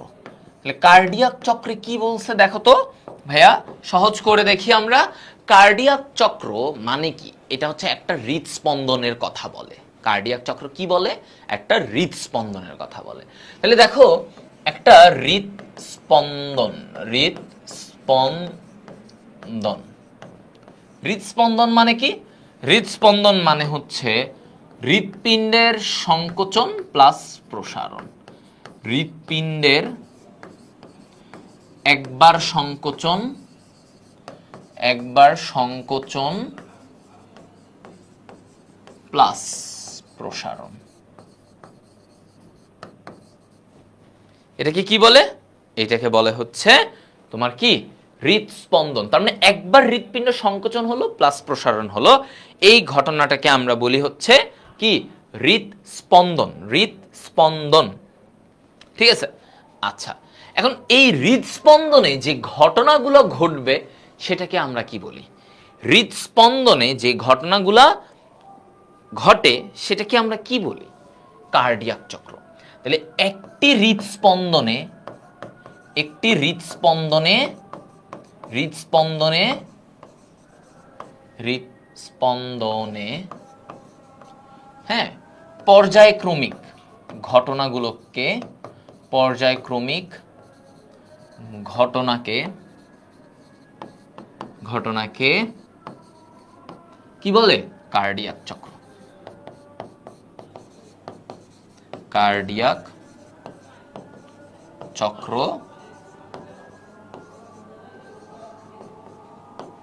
বলে।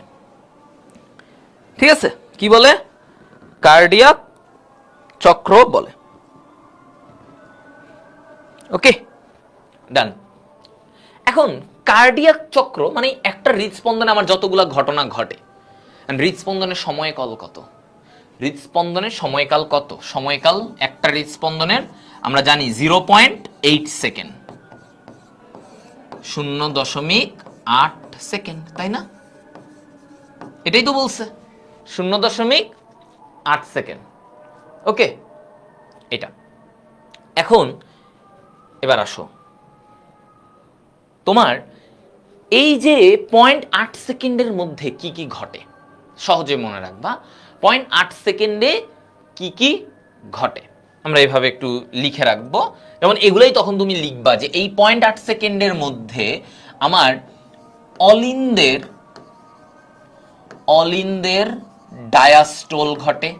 মানে ডায়াস্টোল মানে কি? হৃৎপিণ্ডের প্রসারণ। কারণ আমরা বলছি মানে প্রসারণ আর সংকোচন মিলে একটা হার্টবিট। তাহলে অলিন্দের ডায়াস্টোল, ডায়াস্টোল কত? 0.7 সেকেন্ড। অলিন্দের সিস্টোল, অলিন্দের সিস্টোল কত সেকেন্ড? 0.1 সেকেন্ড। নিলয়ের, নিলয়ের সিস্টোল কত সেকেন্ড? 0.3 সেকেন্ড। নিলয়ের ডায়াস্টোল, মনে রাখবা ডায়াস্টোল মানে প্রসারণ, তখন কি একটু বেশি সময় নেয় প্রসারণ হইতে, ফিল আপ। প্রসারণের সময় কি হয়? রক্ত ফিল আপ হয়। তাহলে নিলয়ের ডায়াস্টোলে কি হয়? নিলয়ের ডায়াস্টোলে 0.5 সেকেন্ড। ওকে, এতটুকু দেখছো?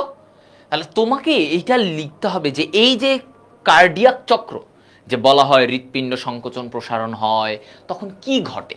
এই 4টা ঘটনা ঘটে, এদের সময়কালগুলো উল্লেখ করতে হবে তখন তোমাকে, যে 4টা ঘটনায় ডায়াস্টোল হয়, সিস্টোল হয়, নিলয়ের সিস্টোল, হ্যাঁ, তারপরে নিলয়ের ডায়াস্টোল, এগুলো চলতে থাকে।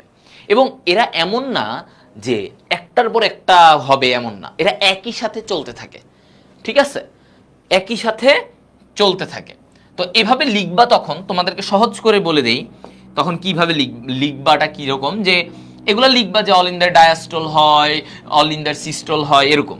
তো কথাটা হচ্ছে অলিন্দের, অলিন্দের যখন ডায়াস্টোল, হ্যাঁ, মানে অলিন্দ প্রসারিত, প্রসারিত উপরের অলিন্দ প্রসারিত, অলিন্দর যখন প্রসারিত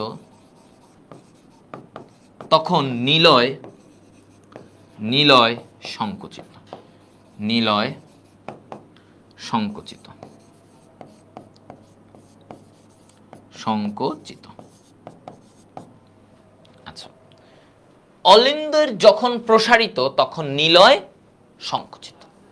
ঠিক আছে? আচ্ছা, তারপরে কি? অলিন্দ কি বলছে দেখো, অলিন্দ যখন সংকুচিত, অলিন্দ যখন চাপ দিছে সংকোচন, তখন নিলয় কি হয়েছে? প্রসারিত। তখন নিলয়ের কি চলে? প্রসারণ চলে। ঠিক আছে? কারণ কি, উপরের রক্তটা যদি চাপ দেয়, অলিন্দতে রক্ত চাপ দিলে সেই রক্তটা কোথায় আসবে? নিচে নিলয়ের কাছে আসবে, স্বাভাবিক। তো এই কথাটা বলছে, অলিন্দ যখন সংকুচিত নিলয় তখন নিলয়ের প্রসারণ, নিলয়ের প্রসারণ শুরু, বা নিলয়ের প্রসারণ চলতে থাকে, এইভাবে মনে রাখবা। তার মানে এরা কখনোই একটার পর একটা এমন না, একই সাথে চলতে থাকে। দেখো, অলিন্দের প্রসারণ হচ্ছে, ওইদিকে অলিন্দের, ধরো এটা অলিন্দ, এটা নিলয়, অলিন্দের প্রসারণ, নিলয়ের সংকোচন, অলিন্দের সংকোচন, নিলয়ের প্রসারণ। দেখছো? তাহলে জিনিসটা হচ্ছে এরকম, ধরো সহজ করে বুঝাই, অলিন্দ চাপ দিছে, নিলয় প্রসারণ, নিলয়ে রক্ত আসছে, নিলয় চাপ দিছে, নিলয় থেকে রক্তটা ওই যে সারা দেহে চলে গেছে, আর অলিন্দ প্রসারণ। তাহলে দেখো, অলিন্দ প্রসারণ, নিলয় সংকোচন, নিলয় সংকোচন, অলিন্দ সংকোচন, নিলয় প্রসারণ, এই, ঠিক আছে? এরকম। তাহলে যখন প্রসারণ হয়, ধরো অলিন্দ প্রসারণ হলো, তার মানে কি, তখন চারপাশ থেকে, মানে তোমার উপর নিচ এগুলো থেকে রক্ত অলিন্দে প্রবেশ করে, তাই না? এটাই। আচ্ছা, সো একই সাথে জিনিসগুলো চলতে থাকে। সো এইভাবে করে তখন তোমাকে লিখতে হবে এবং এই সময়কালগুলা উল্লেখ করে দিবা, সহজভাবে এটা লিখে দিবা, কঠিন করার কিছু নাই। ঠিক আছে? কঠিন করতে গেলে নিজেই কঠিনের প্যাচে পড়ে যাবা, হ্যাঁ, নিজের কাছেই আরো মনে হবে যে জটিল সব কিছু। সো জটিল করলেই জটিল হবে, সহজ করলেই সহজ। ঠিক আছে? কোন একটা গানের লাইন মনে পড়ে গেল হুট করে, বুঝলাম না। ওকে, যাই হোক, হ্যাঁ, বুঝছো সবাই? আচ্ছা, এবার আসো, তাহলে আমাদের আরেকটা, এই কার্ডিয়াক চক্রের যে বেসিক এই জিনিসগুলো আমরা তখন লিখব। হ্যাঁ, এটা লিখব। আচ্ছা, সোজা। এরপরে ভাইয়া কি আসে? সরি, এরপরে কি আসে? আরেকটা কমন, যেটা বলছিলাম, মায়োজেনিক নিয়ন্ত্রণ। এটা থেকে প্রশ্ন আসে। কোথা থেকে আসে? মায়োজেনিক নিয়ন্ত্রণ। তোমরা অনেকে বলতেছিলে ভাই ক্লাস ডিউরেশন কতক্ষণ হবে? আমি কিন্তু তোমাদের বলছি ভাইয়া, এই ওয়ান শট ক্লাস, আমি, তোমরা অনেকে বলতে, একজন লিখতেছিল ভাইয়া, হ্যাঁ ভাইয়া, এটা কি 8 ঘন্টা হবে? হ্যাঁ, 8 ঘন্টা হবে কিনা, ব্লা ব্লা ব্লা। না, এটা 8 ঘন্টার ক্লাস হবে না, ওয়ান শট।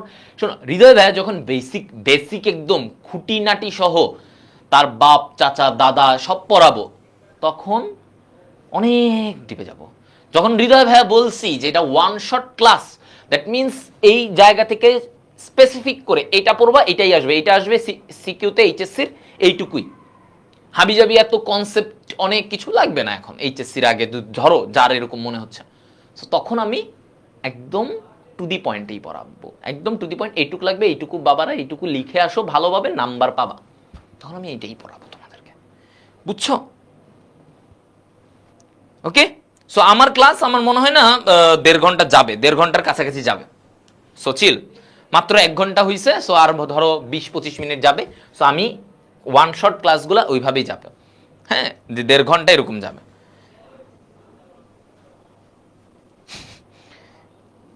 আচ্ছা, ওকে, সো ওয়ান শট ইজ যতটুক লাগবে ততটুক, বেহুদা কিছু না, ঠিক আছে? আজাইরা কিছু পড়ানো হবে না। আচ্ছা, সো আমরা এবার মায়োজেনিক নিয়ন্ত্রণ, হ্যাঁ, একদম খুবই ফেভারিট টপিক স্যারদের, হ্যাঁ, তোমাদের মানে প্রশ্নে এগুলা দেয়, মায়োজেনিক নিয়ন্ত্রণ। এটার মানেটা কি আগে বুঝো, কি বুঝাইতে চায় মায়োজেনিক নিয়ন্ত্রণে? মায়োজেনিক নিয়ন্ত্রণ মানেটা কি? মায়োজেনিক নিয়ন্ত্রণ জিনিসটা কি আসলে? মানে হৃৎপিণ্ডের, এই যে তুমি একটু আগে দেখতেছিলে, হৃৎপিণ্ড সংকোচন হয়, প্রসারণ হয়, সংকোচন হয়, প্রসারণ হয়, কেন? কেন হৃৎপিণ্ডের এই সংকোচন প্রসারণ হতে থাকে বলো?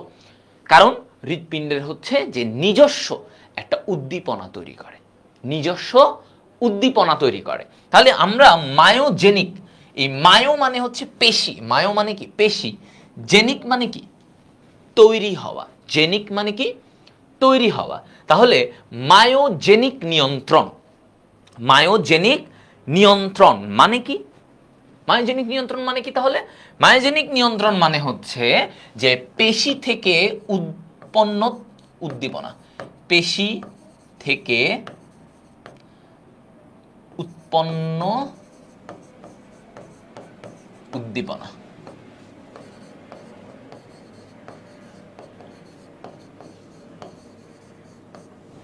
আচ্ছা, পেশি থেকে উৎপন্ন উদ্দীপনা, এটাকে বলা হয় কি?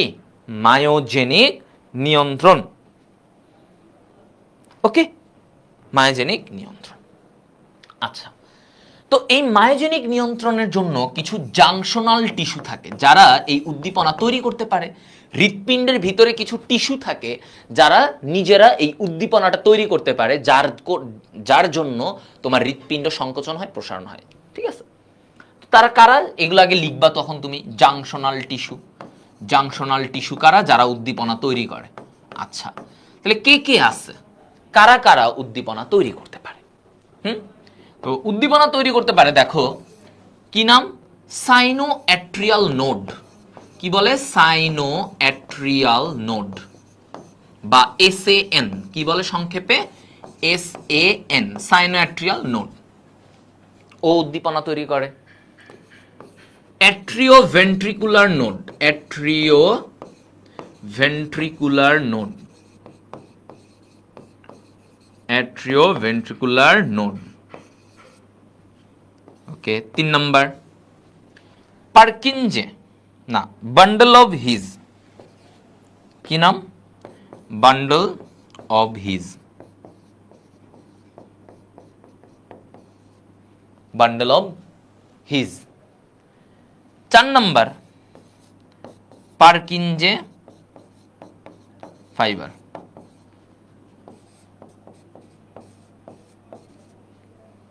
ঠিক আছে, পার্কিনজে ফাইবার।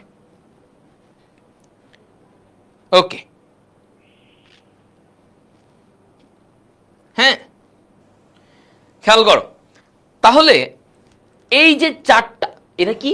জাংশনাল টিস্যু যারা উদ্দীপনা তৈরি করতে পারে, যারা উদ্দীপনা তৈরি করতে পারে। এতটুকু জেনে রাখো, জাংশনাল টিস্যু এরা উদ্দীপনা তৈরি করতে পারে। আচ্ছা, এখন আমরা এগুলা লিখলাম। যখন আমাকে সিকিউতে এই মায়োজেনিক নিয়ন্ত্রণের কথা আসবে, যে হ্যাঁ হৃৎপিণ্ডের নিজস্ব উদ্দীপনা তৈরির একটা সিস্টেম আছে, সো তখন তুমি আগে এইগুলা লিখবা, জাংশনাল টিস্যু। জাংশনাল টিস্যু লিখার পরে এবার তোমাকে একটা ছবি আঁকবা, সুন্দর করে ছোট করে একটা হার্টের জাস্ট বেসিক স্ট্রাকচার ঠিক রেখে একটা ছবি আঁকবা। ধরো এই আমি একটু এভাবে করে হার্টের একটা বেসিক, এটা ধরো সুপিরিয়র ভেনা কাভা, এদিক থেকে এগুলা এরকম, এই, ঠিক আছে। এই সো এইখান থেকে আমি হচ্ছে যে ধরো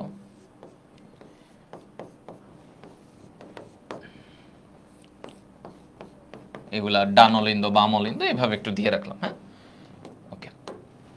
এখন দেখো এই যে এটা সুপিরিয়র ভেনা কাভা না, উপর থেকে নামতেছিল সুপিরিয়র ভেনা কাভা, ঠিক ওর ডান পাশে এই দিকে যে এই জাংশনাল টিস্যু থাকে, টিস্যুগুলা, হ্যাঁ, যারা উদ্দীপনা তৈরি করে, এইটাকে কি হয়? Sinoatrial node, এসএএন। কি বলা হয়? Sinoatrial node. তাহলে কোথায় থাকে এটা? আমাদের সুপিরিয়র ভেনা কাভার ঠিক ডান পাশে থাকে। এরপরে এই অলিন্দ, উপরের গুলা কি অলিন্দ, নিচের গুলা নিলয়। এই অলিন্দ নিলয়ের মাঝখানে আরেকটা জাংশনাল টিস্যু থাকে, এটাকে কি বলা হয়? Atrioventricular node, AVN. কি বলা হয়? এভিএন। আচ্ছা, গেল। এরপরে এই নিচ থেকে তোমার কি বের হয়? এরকম বান্ডল বের হয়। এই এভিএন এর নিচ থেকে বান্ডল, এই বান্ডলটাকে আমরা বলি বান্ডল অব হিজ।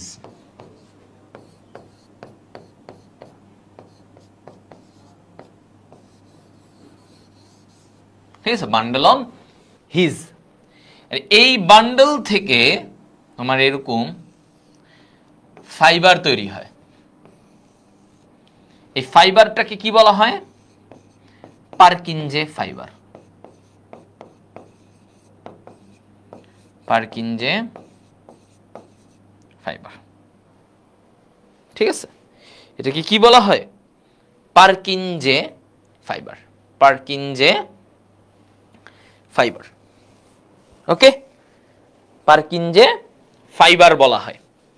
তাহলে উদ্দীপনাটা খেয়াল করো, আমার উদ্দীপনার প্রবাহটা কি? এই এসএ নোড, তারপরে তুমি লিখবা যে এসএ নোড উদ্দীপনাটা তৈরি করে, এসএ নোড উদ্দীপনা তৈরি করে। তো যেহেতু মেইন উদ্দীপনাটা মানে হৃৎপিণ্ড কতবার সংকোচন প্রসারণ করবে, এই উদ্দীপনাটা তৈরি করে এসএ নোড। দেখো উদ্দীপনা তৈরি করে, সো বলছে এসএ নোড উদ্দীপনা তৈরি করে, যার জন্য এসএ নোডকে কি বলা হয়? এসএ নোডকে বলা হয় পেসমেকার। কি বলা হয়? Pacemaker, pacemaker. ঠিক আছে, তাহলে এসএ নোড উদ্দীপনা তৈরি করে। এরপরে কি বলছে? এই উদ্দীপনা তৈরিকৃত উদ্দীপনাটা তারপরে কি হবে? হ্যাঁ, এই এসএ নোড থেকে উদ্দীপনাটা কই যাবে? দেখো তো, এভি নোডে যাবে, আস্তে আস্তে এখান থেকে পরিবহন হয়ে এই দিকে আসবে, কারণ উদ্দীপনাটা সারা দেহে ছড়ায় যেতে হবে না? ছড়ায় যেতে হবে।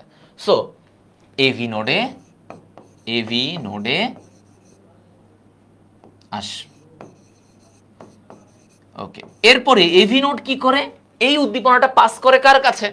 বান্ডল অফ হিজের কাছে উদ্দীপনাটা পাস হয়ে যায়, বান্ডল অফ হিজ। আর বান্ডল অফ হিজ থেকে উদ্দীপনাটা যায় কোথায়? পারকিনজে তন্তুর কাছে। ঠিক আছে, পারকিনজে ফাইবার বা তন্তু। তাহলে দেখো, ও উদ্দীপনা তৈরি করে, তাহলে ওকে বলা হয় পেস মেকার। পেস মানে কি? গতি। মেকার মানে কি? যে বানায়। হ্যাঁ, তাহলে পেস মেকার, পেস মানে হৃৎপিণ্ডের গতি যে নির্ধারণ করে তাকে বলে পেস মেকার।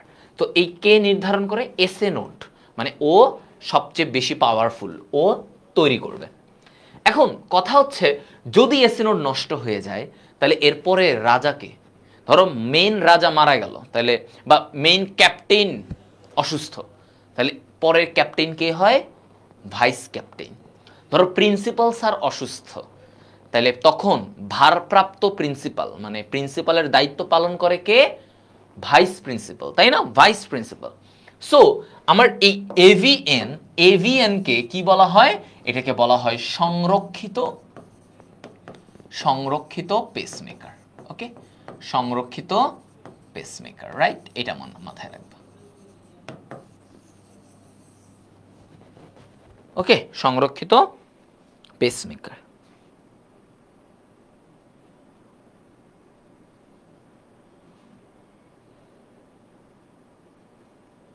ঠিক আছে, এইটা তাহলে সংরক্ষিত পেসমেকার। তাহলে তোমাদেরকে মানে ও না কাজ করলে এভিএন পরে কাজ করবে, তাহলে এই কারণে ওকে বলা হয় সংরক্ষিত পেসমেকার, সংরক্ষিত পেসমেকার।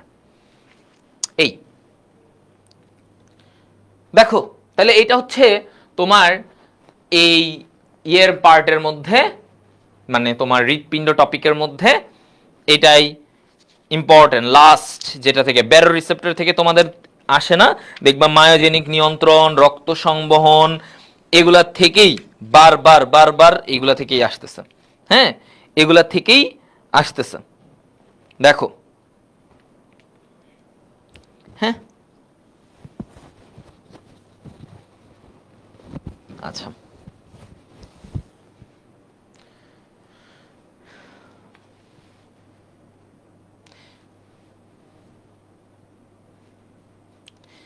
ওকে। পেসমেকার বলে হচ্ছে যার গতি যে নির্ণয় করে বা গতি নির্ধারণ করে, গতি নির্ধারক। তার মানে সে নির্ধারণ করে যে এই হৃৎপিণ্ড মিনিটে কতবার হার্ট মানে বিট করবে। ধরো হৃৎপিণ্ড কতবার বিট করে, এভারেজে আমরা বলি 75টা বিট করে। সো এই জিনিসটা হচ্ছে গতি নির্ধারক। হ্যাঁ, ওয়ান শট শেষে তোমরা একটু টেস্ট পেপার সলভ করবে, দেখবা পকপকা ক্লিয়ার। আচ্ছা, আমাদের হাতের কত সময় আছে? 15 মিনিট আছে। মানে আমি বলছিলাম আমি 1.5 ঘন্টার মতো ক্লাস নিব, কারণ ওয়ান শট ক্লাস 4-5 ঘন্টা নিব না, তাই না? সহজেই সব। এবং তুমি এইটুকু শিওর থাকো ভাইয়া, যা যা বলছি দেখবা ইনশাল্লাহ ইনশাল্লাহ তোমাদের অনেক কিছু কাজ হয়ে গেছে। এখন আরেকটা, এবার আসো এরপরের যে ভাই রোগ হাবিজাবি ওই অংশগুলো থেকে কি কিছু আসতে পারে? হ্যাঁ, আসতে পারে। তাহলে রোগ এই জায়গাগুলো থেকে সিকিউ এ কি আসতে পারে? যেমন একটা টপিক আসতে পারে কৃত্রিম পেসমেকার। খেয়াল করো, কৃত্রিম পেসমেকার, এটার গঠন নিয়ে আসতে পারে। হ্যাঁ, এটা আসতে পারে কৃত্রিম পেসমেকার। হার্ট অ্যাটাক থেকে একটা প্রশ্ন আসে, হার্ট অ্যাটাক থেকে একটা প্রশ্ন আসে, হার্ট অ্যাটাক আসে, অথবা হার্ট ফেইলিউর, এইটা থেকেও আসে, অনেক সময় টুকটাক আসে, মোটামুটি মানে কাছাকাছি। তো হার্ট ফেইলিউর, হার্ট অ্যাটাক এবং হচ্ছে হার্ট ফেইলিউর, ঠিক আছে, হার্ট ফেইলিউর। আচ্ছা, এই জায়গাগুলো থেকে আমাদের হার্ট অ্যাটাকের ভিতর থেকে প্রশ্ন আসতে পারে, কারণ এগুলো থেকে উদ্দীপক বানানো সহজ। হ্যাঁ, উদ্দীপক বানানো সহজ। আচ্ছা, তো আমরা এখন এই দুইটা টপিকের একটু আলোচনা করে দিই যে যদি আসে কি লিখবো। দেখো, কৃত্রিম পেসমেকার মানে কি? তোমার আসল পেসমেকার মানে তোমার যে সাইনো অ্যাট্রিয়াল নোড ওটা নষ্ট হয়ে গেছে, তখন তোমাকে বাইরে থেকে একটা কৃত্রিম পেসমেকার লাগাতে হবে, তাই না? একটা কৃত্রিম পেসমেকার লাগাতে হবে। তাহলে এটা হচ্ছে কৃত্রিম পেসমেকার।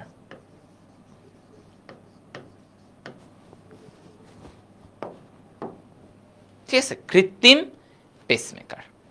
অ্যানজাইনা মাঝে মাঝে আসে, যে অ্যানজাইনার লক্ষণ মাঝে মাঝে, মানে পড়তে গেলে তো এখন তুমি সবই পড়লে তো খুবই ভালো, বাট আমি বলছি না, স্পেসিফিক, বি মোর স্পেসিফিক। হ্যাঁ, ওকে, বি মোর স্পেসিফিক।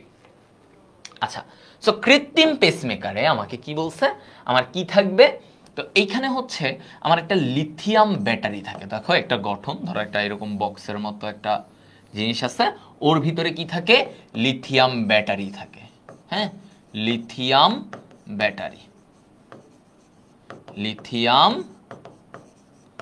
ব্যাটারি, ঠিক আছে, লিথিয়াম ব্যাটারি থাকে। তারপরে একটা জেনারেটর থাকে। হ্যাঁ, ব্যাটারির একটু সাপ্লাই দিতে হবে না, জেনারেটর থাকবে, ঠিক আছে, ওর ভিতরে, এইটার ভিতরে, বক্সের ভিতরে। আচ্ছা, তারপরে ওর এখান থেকে এরকম কিছু তার থাকে, এই যে তার।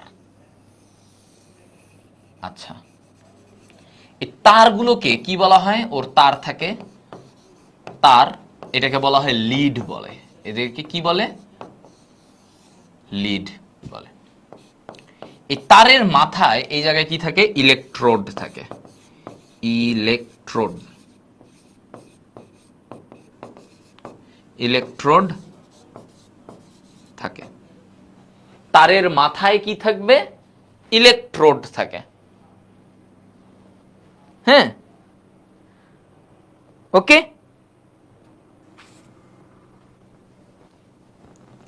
আচ্ছা, এই জিনিসগুলো তাহলে ইলেকট্রোড থাকে। এই যে মাথাটা, এটা হচ্ছে ইলেকট্রোড, আমি একটু লেবেল করে দেই, এই যে ইলেকট্রোড, এটা হচ্ছে ইলেকট্রোড। হ্যাঁ, এটা দিয়ে উদ্দীপনা। তাহলে উদ্দীপনাগুলা এই ব্যাটারি থেকে, মানে ব্যাটারিটা কি করে? উদ্দীপনা পাস করে এই তারের মাধ্যমে, তারগুলোকে বলা হয় লিড। এরপরে এই ব্যাটারিকে সাপ্লাই দেয় কে? ব্যাটারিকে জেনারেটর থেকে ও সাপ্লাই পায়, হ্যাঁ, বিদ্যুতের সাপ্লাই পায়। তো এই জিনিসটা হচ্ছে কৃত্রিম পেসমেকার। হ্যাঁ, কৃত্রিম পেসমেকার থাকে। তাহলে ওর বৈশিষ্ট্যগুলো তখন তুমি লিখে দিবা যে কৃত্রিম পেসমেকার কি করা হয়? ওকে বুকের এক পাশে আমরা ছোট্ট করে এই জায়গায় কেটে এটাকে বসাই দেই, বসায়ে এটা হার্টের সাথে কানেক্টেড করাই দিই। আচ্ছা, এটুকু। এখন এটা মেয়াদ কত বছর? এই কৃত্রিম পেসমেকার মেয়াদ কত বছর থাকবে? এটা হচ্ছে 7 থেকে 10 বছর। কত? 7 থেকে 10 বছর, ঠিক আছে।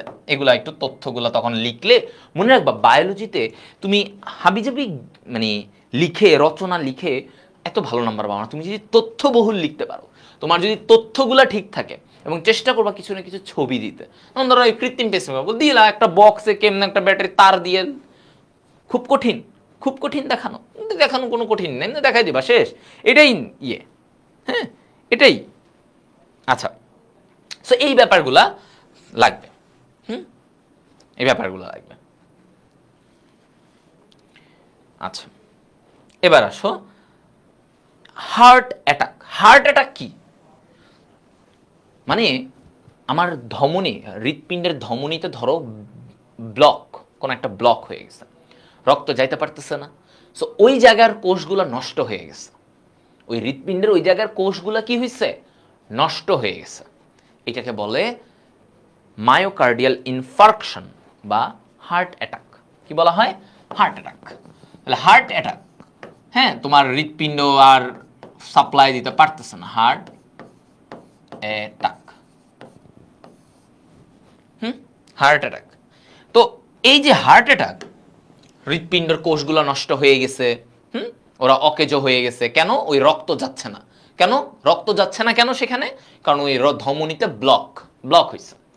আচ্ছা, এখন হার্ট অ্যাটাকের লক্ষণগুলা কি? তোমাদেরকে এগুলা আসে, বুঝতে পারছো? লক্ষণ, প্রতিরোধ, কিভাবে আমরা এই হার্ট অ্যাটাক বা হার্ট ফেলিওর, দেখো হার্ট অ্যাটাক যখন মানুষের হতে থাকে, এই হার্ট অ্যাটাক থেকে মানুষের পরবর্তীতে হার্ট ফেলিওর হয়। একটা জিনিস হচ্ছে হার্ট অ্যাটাক কি, হার্টের কোষগুলো মরে গেছে, ধরো সহজে মরে গেছে। এখন দেখো আস্তে আস্তে হার্টের কোষগুলো যখন মরে যাবে তখন কি হবে? হার্ট পাম্প করতে পারবে না, দুর্বল হয়ে যাবে, সে ঠিক মতো সংকোচন করতে পারবে না। তখন এই অবস্থাটাকে বলি হার্ট ফেলিওর, মানে ফেল করছে, সে পারতেছে না, তার যতটুকু করা দরকার সে পারতেছে না। সো হার্ট অ্যাটাক থেকে হার্ট ফেলিওর হতে পারে। কি বলছি? ধরো একটা মানুষের হার্ট অ্যাটাক হইলো, ওকে হইলো, এই হার্ট অ্যাটাক থেকে দেখা গেল কয়েক বছর পরে তার হার্ট ফেলিওর ডেভেলপ করছে, বুঝছো? সো হার্ট ফেলিওর হচ্ছে যে তার হৃৎপিণ্ড তার পর্যাপ্ত রক্ত পাম্প করতে পারতেছে না, বের করতে পারতেছে না, তার মানে সে অক্ষম, সে পারতেছে না। আচ্ছা, তো এগুলো হচ্ছে বেসিক কিছু পার্থক্য, তোমাদের লেভেলে এতটুকু লাগবে। আচ্ছা, লক্ষণের মধ্যে চিন্তা করো কি কি লিখবা। তো একটা হার্ট অ্যাটাকের রোগীর কি হতে পারে? হ্যাঁ, বুকে অস্বস্তি লাগে, বুকে ব্যথা থাকে, সহজ কথা, বুকে ব্যথা থাকবে, তাই না? ওকে, বুকে ব্যথা। সেকেন্ডলি কি, তার বুকে ব্যথা থেকে তার কি হবে? মনে হবে যে বুকটা মানে কেউ চেপে ধরছে এরকম। সো তার ঘন ঘন শ্বাস প্রশ্বাস হবে। সো কি হচ্ছে? ঘন ঘন শ্বাস প্রশ্বাস।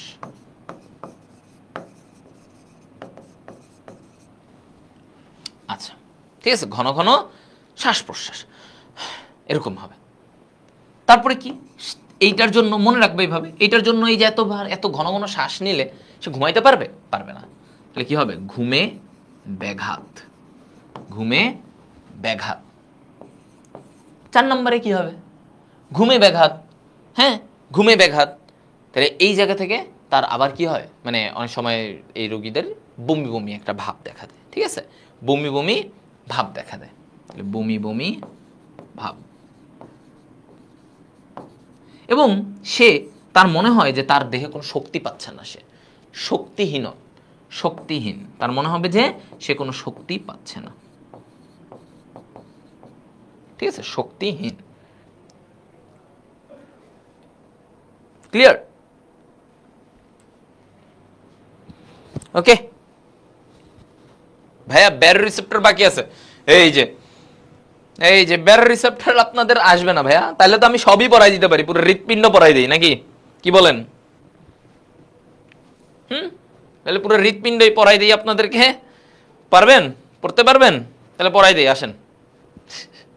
না, সো এই লক্ষণগুলো মাথায় রাখলা যে কি হইতে পারে, বুকের সবকিছু এরকম হবে, হ্যাঁ, এবং এত হবে যে তার আর করতে পারতেছে না। একজনের মধ্যে ব্যারো রিসেপ্টর আছে, এই যে ব্যারো রিসেপ্টর আছে বেশি। নিজে যদি 2 লাইন বেশি বুঝো তাহলে ভাইয়া কি পড়াবো বলো তো? তাহলে আমার ওয়ান শট নেওয়ার মানে কি? তাহলে আমি পাওয়ার প্লের মতো একদম দেই, হ্যাঁ। এই যে এটা কে? লতিফুল খবির জিসান, সে কি বলছে? অনেক বাকি রাখলেন তো ভাইয়া। এই জন্য তোমাদের অনেকে বুঝো না ওয়ান শট ক্লাসে কি পড়ানো লাগে। তোমরা মনে করো এটা পুরো চ্যাপ্টার ধরে ধরে পড়াবে। ওয়ান শট ক্লাস হচ্ছে যে ভাইয়া আমার এইচএসসিতে যেই জিনিসগুলো বারবার আসে সেই জিনিসগুলোকে আমার ফোকাস দিয়ে পড়তে হবে, ঠিক আছে? ওই জিনিসগুলা পড়তে হবে যেইগুলো এইচএসসিতে আসে, সিকিউতে বারবার আসে, বিভিন্ন বোর্ডে আসছে বারবার। এখন তুমি যদি সব পড়তে চাও তাহলে তো আমার ওয়ান শট ক্লাস না, তাহলে তুমি আমার ওই একাডেমিক ক্লাস গোছানো আছে, ওই ক্লাস দেখো, পক্কা ক্লিয়ার হয়ে যাবে। দেখো এই ক্লাস, বুঝতে পারছো? আচ্ছা, এবার আসো লাস্ট টপিক সেটা হচ্ছে এই হার্ট অ্যাটাক বা হার্ট ফেলিওর, এটা অনেক আসে তোমাদের রিটেনে, মানে সিকিউতে এই হার্টের এই জায়গাটা থেকেই প্রশ্ন আসে বেশিরভাগ ক্ষেত্রেই, এবং আমার মনে হয় যে তোমাদের কোনো না কোনো বোর্ডে এটা আসবে। ঠিক আছে, ওকে। তো এবারে দেখো লাস্ট যেটা, এই হার্ট অ্যাটাকের এদের প্রতিরোধ। দেখো তোমাকে এরকম উদ্দীপকে বলে দেয়, তোমাদেরকে উদ্দীপকে বলে দেয় যে এই রোগ, হার্ট অ্যাটাক রোগ, বলবে যে এই রোগটি থেকে প্রতিরোধের জন্য কি কি নির্দেশনা মেনে চলতে হবে, মানে এই রোগটা যেন তোমার না হয় তুমি কি কি মেনে চলবা, তাই না? হ্যাঁ, আচ্ছা, প্রথম কথা 1 নাম্বার দেখো, সহজেই মনে রাখবা, এই ধূমপান মদ পান এগুলো ত্যাগ করতে হবে। তাহলে ধূমপান ত্যাগ করা, ধূমপান ত্যাগ করা। 2, মদপান ত্যাগ করা। ধূমপান মদপান। আচ্ছা, তেল চর্বি খাবার না খাওয়া, তাই না? তেল চর্বি না খাওয়া, কি বলছে? তেল চর্বি না খাওয়া। আচ্ছা, তারপরে কি? কোলেস্টেরল, রক্তে যে কোলেস্টেরলের মাত্রা স্বাভাবিক রাখা, রক্তে কোলেস্টেরল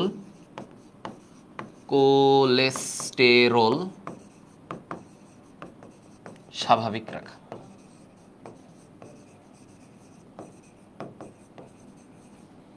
আচ্ছা, ঠিক আছে, কোলেস্টেরল নরমাল রাখতে হবে। এরপরে শাকসবজি খাওয়া, শাকসবজি খেতে হবে, শাকসবজি গ্রহণ। হ্যাঁ, তুমি শাকসবজি খাবা না তাহলে হবে না। টাটকা ফল খাইতে হবে, টাটকা ফল, ঠিক আছে, টাটকা ফল গ্রহণ, ঠিক আছে, টাটকা ফল গ্রহণ। ওকে, আচ্ছা, তারপরে কি কি করতে হবে? আর ধরো আমার এই মানে হার্ট অ্যাটাক, এগুলা চর্বি টর্বি এগুলা কমাইতে হবে, এগুলা হ্যাঁ, এগুলা আমার দেহ থেকে যেন চলে যায়, আমি যেন একটু মোটা হয়ে না যাই, স্থূল হয়ে না যাই। তো আমাকে একটা জিনিস মাস্ট করতে হবে, সেটা কি? নিয়মিত ব্যায়াম করা। আমাকে কি করতে হবে? নিয়মিত ব্যায়াম করতে হবে, এটা মাস্ট। তুমি যদি হার্ট অ্যাটাক এগুলা থেকে নিজেকে সুরক্ষিত রাখতে চাও, তোমাকে ব্যায়াম করতে হবে, ঠিক আছে, ব্যায়াম করতে হবে। আচ্ছা, তারপরে কি? এই যে ডায়াবেটিস, এগুলো নিয়ন্ত্রণে রাখতে হবে, ডায়াবেটিস নিয়ন্ত্রণ করা, ডায়াবেটিস নিয়ন্ত্রণ রাখবা, কারণ ডায়াবেটিস নিয়ন্ত্রণে না রাখলেই বিভিন্ন রকমের সমস্যা রাখা। ডায়াবেটিস নিয়ন্ত্রণ করা। 9, কি বলছে? ডায়াবেটিস নিয়ন্ত্রণের পরে ওর এখানে আর কি করতে দিবা? তুমি আর কি করতে দিবা? একটা জিনিস আমরা বলি যে হার্ট ফেলিওরও যেন না হয়, মানে অতিরিক্ত লবণ বর্জন, অতিরিক্ত লবণ খাওয়া যাবে না, মানে তুমি খাবারে অতিরিক্ত লবণ নিবা এরকম যেন না হয়, অতিরিক্ত লবণ বর্জন, ঠিক আছে, অতিরিক্ত লবণ বর্জন। ওকে, অতিরিক্ত লবণ খাওয়া যাবে না, এত কিছু, এইটুকুই। তাহলে দেখো আমি অনেকগুলো পয়েন্ট বলে ফেললাম, এই পয়েন্টগুলো যদি তুমি লিখতে পারো ভাই 6-7টা, ধরো আমি তো 9টা দিচ্ছি, তুমি যদি 6-7টা লিখে এগুলোর আরো সুন্দর করে ব্যাখ্যা করো যে এটা আমরা করবো না, বুঝেই তো, রচনা যেমনি লিখো, এগুলো পারো না, এগুলো তো লিখতে হবে, ওগুলো লিখে যদি তুমি এই পয়েন্ট পয়েন্ট করে লিখো, তোমারে কেউ ঠেকাইতে পারবে? এই জিনিসগুলো অনেক সময় আসে, ঘ নাম্বারে দিয়ে দেয় যে এই একটা রচনামূলক, তো তখন দেখা গেল তোমাকে গ নাম্বারে দিছে হৃৎপিণ্ডের গঠন গ, আর ঘতে দিছে ওইগুলা, তখন তুমি কি করবা? তখন তোমাকে এটা পারতে হবে না, নাকি ছেড়ে দিয়ে আসবা, আয় হায় হৃৎপিণ্ডের গঠনটা পারি, ইস এটা পারি না। সো এইটাতেও ঘ নাম্বারে যে এই যে একটা রচনামূলক প্রশ্ন দিছে, এই রচনার প্রশ্ন যেখানে গেজাইতে হয়, যেখানে আসলে ওই রকম লজিক্যাল জিনিস খুব কমই আছে, মানে কাট কাট জিনিস কম আছে, সেখানেও ভালো নাম্বার উঠানো যায়। সেখানে তোমাকে পয়েন্ট করে করে জিনিসগুলা এলাবোরেট করতে হবে, ব্যাখ্যা করতে হবে, যে ধূমপান করা যাবে না, ধূমপান ক্ষতিকর, ধূমপান থেকে চর্বি জমতে পারে, ধমনীগুলো দুর্বল হয়ে যেতে পারে, এইভাবে করে ব্যাখ্যা করবে। পয়েন্ট করে যা লিখবা, ঠিক আছে?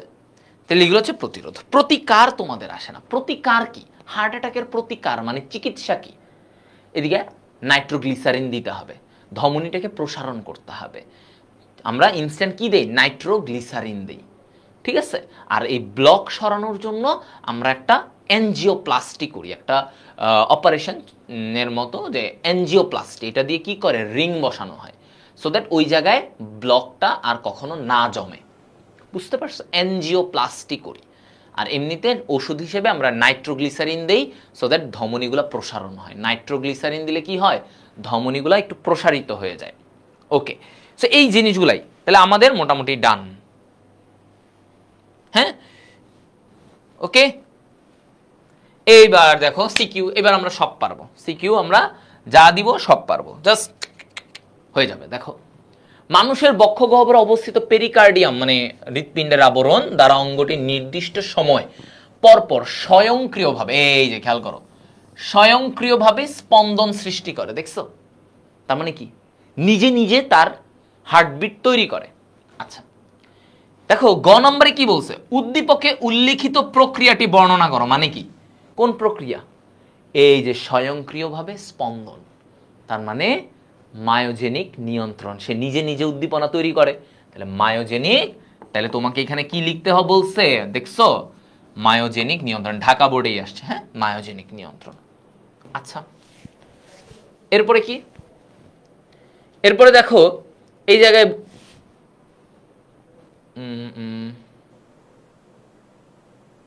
আচ্ছা না, ঠিক আছে। এবারে সব ময়মনসিংহ বোর্ডের কি বলছে দেখো এখানে। হ্যাঁ, 23 সালে আসছে। এটা অঙ্গটা কি? হৃৎপিণ্ড। বুঝতেই পারতেছো হৃৎপিণ্ডর এখানে এটা কি? এটা এখানে বুঝাতে চাচ্ছে যেই জায়গাটা, এটা হচ্ছে এসএ নোড। হ্যাঁ, এই যে এই জায়গায় প্রাচীরে তোমরা আরো মেইন পিকচার দেখলে বুঝতে পারতা। উদ্দীপকের অঙ্গটিতে বিভিন্ন কপাটিকার ভূমিকা ব্যাখ্যা করো। দেখছো, কপাটিকা, হৃৎপিণ্ডের কপাটিকার কথা বলছে। তাহলে কপাটিকা, ওই যে 6টা কপাটিকা, কোথায় কোনটা আছে, কোনটা কি করে, ডান অলিন্দ থেকে ডান নিলয়ে রক্ত পাঠায় কোনটা, ট্রাইকাসপিড, বাম অলিন্দ থেকে বাম নিলয়ে পাঠায় কোনটা, বাইকাসপিড। তাহলে প্রত্যেকটা কপাটিকা কি করে? ওইখান থেকে রক্তটাকে আরেক জায়গায় পাস করে, পরিবহন করে দেয়, তাই না? পাঠায় দেয়, দরজার মতো কাজ করে। তো এইভাবে গুলে কপাটিকাগুলোর অবস্থান, নাম, এগুলো লিখে তোমাকে ব্যাখ্যা করতে হবে, ঠিক আছে? ওই জিনিসটা। হ্যাঁ, ওকে। এরপরে আসো কি বলছে ঘ নাম্বারে? উদ্দীপকে অঙ্গটির কার্যক্রম পি, এই যে পি মানে কি? এসএ নোড, তাই না? এসএ নোড কিভাবে নিয়ন্ত্রণ করে? তার মানে মায়োজেনিক নিয়ন্ত্রণ চাইছে। কি চাইছে আবারও দেখো? হ্যাঁ, মায়োজেনিক নিয়ন্ত্রণ চাইছে। মায়োজেনিক নিয়ন্ত্রণ। দেখছো? তাহলে উদ্দীপক অঙ্গটির কার্যক্রম পি কিভাবে নিয়ন্ত্রণ করে বিশ্লেষণ করো। তাহলে এটা কি বিশ্লেষণ করব? এটা হচ্ছে ভাই মায়োজেনিক নিয়ন্ত্রণের কথা বলছে। আচ্ছা, সহজ। এরপরে দেখো এখানে একটা ছক দিছে যে হৃৎপিণ্ড থেকে রক্তনালীর মাধ্যমে আমাদের শ্বসন অঙ্গ মানে ফুসফুসে যায়, সেখান থেকে আবার আমাদের দেহকোষে যায়, দেহকোষ থেকে রক্তনালীর মাধ্যমে আবার হৃৎপিণ্ড। ওই যে আমি তোমাদেরকে প্রক্রিয়া শিখাইছিলাম না, সংবহন প্রক্রিয়া, ওটাই। আচ্ছা, রাজশাহী বোর্ডের প্রশ্ন। তো এখন বলছে উদ্দীপকের হৃৎপিণ্ডের গঠন ব্যাখ্যা করো। ভাইয়া পড়াইছি, দেখছো গঠন। তাহলে দেখো বোর্ডে কিন্তু, হ্যাঁ বোর্ডে কিন্তু এই জিনিসগুলাই আসতেছে, তুমি জাস্ট বুঝো। ভাইয়া যেগুলো পড়াইছি তুমি খালি মিলাই নিও। আমি তো খালি এখানে 23 সালের গুলা কিছু আনছি, তুমি 22 মিলাই নাও, দেখবা সেম। ভাইয়া যেই কন্টেন্টগুলো পড়াইছি এগুলাই তোমার ঘুরে ফিরে আসবে। সো তোমাকে কিন্তু হিট করতে হবে, পারতে হবে। ভাইয়া ওয়ান শটে যা পড়াইছি দেখবে ইনশাল্লাহ এগুলো থেকেই আসবে। যদিও সাবধানতার মাইনায় কঠিন, অনেক কঠিন করে ফেললো, হাবিজাবি দিতে চাইলো, সেক্ষেত্রে আমি 100% গ্যারান্টি দিতে পারি না, বাট আমি ম্যাক্সিমাম গ্যারান্টি দিতে পারি যে এই জায়গাগুলো থেকেই প্রশ্ন আসবে। একটা স্ট্যান্ডার্ড নর্মাল একটা প্রশ্নে এগুলাই আসবে। আচ্ছা, এরপরে দেখো উদ্দীপকে সংবহন প্রক্রিয়াটি বিশ্লেষণ করো। ওই যে আমি যে ফ্লো চার্টটা দেখাই দিছিলাম সেটা দিবা। হ্যাঁ, ঠিক আছে। সংবহন যেটা আমি তোমাদেরকে প্রক্রিয়াটা দেখাইছি না, কোথা থেকে কোথায় যায়, কিসের মাধ্যমে যায়, ডান অলিন্দ থেকে কই গেল, এরপরে বাম অলিন্দে আসলো, বাম অলিন্দ থেকে বাম নিলয়, তারপরে কোথায় গেল, কিভাবে গেল, সব আমি একটা ছকে শিখাই দিছি। তাহলে এটা আচ্ছা, তারপরে দেখো এখানে ছবি, এই ছবিটাতে তুমি অনেক কিছু হয়তো বুঝতে পারতেছ না, হ্যাঁ, যে এটা কি কোনটা কি এখানে একটু বুঝা টাফ হয়ে যাচ্ছে, তাই না? আচ্ছা, এখানে এক্স জায়গাটা, হৃৎপিণ্ডের ছবি এক্স জায়গাটা কি? এটা এসএ নোড, এই যে উদ্দীপনা ছড়াচ্ছে, এই যে অ্যারো চিহ্ন দেওয়া, মানে কি এটা এসএ নোড, এসএ নোড। আচ্ছা, বলছে এক্স এর কার্যক্রম ব্যাখ্যা করো, তার মানে কি মায়োজেনিক নিয়ন্ত্রণ। দেখছো, মায়োজেনিক নিয়ন্ত্রণটা অনেক ইম্পর্টেন্ট, বারবার যে বলতেছিলাম, সুন্দর করে ওটা জাংশনাল টিস্যু লিখবা, কার থেকে উদ্দীপনা কোথায় যায়, ছবিটা দিয়ে দিবা, শেষ। হৃৎপিণ্ডের ছবিটাকে কোথায় কোনটা কোনটা থেকে কোথায় যায় এটাও দেখাই দিবা, শেষ। এবার বলছে উদ্দীপকে উল্লিখিত ওয়াই অঙ্গটি সঞ্চালনে জেড এর ভূমিকা বিশ্লেষণ করো। ঠিক আছে, কি বলছে? উদ্দীপকে ওয়াই অঙ্গটি সঞ্চালনে জেড এর ভূমিকা, এটা তো হৃৎপিণ্ডের ছবি, তাই না? তো এখানে বলছে জেড এর ভূমিকা বিশ্লেষণ করো, তাহলে এখানে বলো জেড কি, কি ভূমিকা ব্যাখ্যা চাইছে?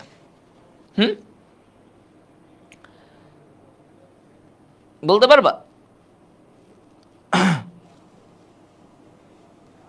সিম্পল জিনিস, কি জেড এর ভূমিকা কি? এই জেড এর জায়গাটা কি? যে আমরা শিখেছিলাম SA node, AV node, bundle of His, এটা কি বান্ডেল অফ হিজ? এটা কি পারকিনজের তন্তু, পারকিনজের তন্তু না? হ্যাঁ, তাহলে এই পারকিনজের তন্তু, তাহলে এই জায়গাটা কি বান্ডেল অফ হিজ। তাহলে বান্ডেল অফ হিজ কি করে? অলিন্দ থেকে নিলয়ে উদ্দীপনাটাকে পরিবহন করে, তাই না? এইটাই। তাহলে তোমার এইখানে আবার এই যে এই জিনিসটাই তোমাদেরকে আবার জানতে বলতে বলছে যে তোমার হচ্ছে অলিন্দ থেকে নিলয়ের দিকে পৌঁছায়, একদম ভেন্ট্রিকলের দিকে পৌঁছায়, পারকিনজের তন্তু পর্যন্ত পৌঁছায়, এটা। এরপর দেখো কুমিল্লা বোর্ডে দেখো কি আসছে। রহিম সাহেব শ্বাসকষ্ট, বুকে ব্যথা সহ অন্যান্য উপসর্গ নিয়ে ডাক্তারের শরণাপন্ন হলে বিভিন্ন পরীক্ষা নিরীক্ষা শেষে ডাক্তার বললেন বক্ষ গহ্বরের দুই ফুসফুসের মাঝে মোচাকৃতি অঙ্গটির রক্তনালীতে প্লাক সৃষ্টি হয়েছে, মানে ব্লক। প্লাক মানে কি? জমাট। তাহলে বক্ষ গহ্বরের দুই ফুসফুসের মাঝখানে, হৃৎপিণ্ডের কথা বলতেছে, এটাতে প্লাক সৃষ্টি হয়েছে। আচ্ছা, এরপর দেখো প্রশ্ন, দেখো গ নম্বরে উল্লিখিত বিশেষ অঙ্গটির লম্বচ্ছেদের চিহ্নিত চিত্র। চিহ্নিত চিত্র মানে কি? লেবেলিং করবা। লম্বচ্ছেদের চিত্র, ওই যে আমি ভাইয়া যেটা দেখাইছি সেটা, ভাইয়া যেটা দেখাইছি সেটা।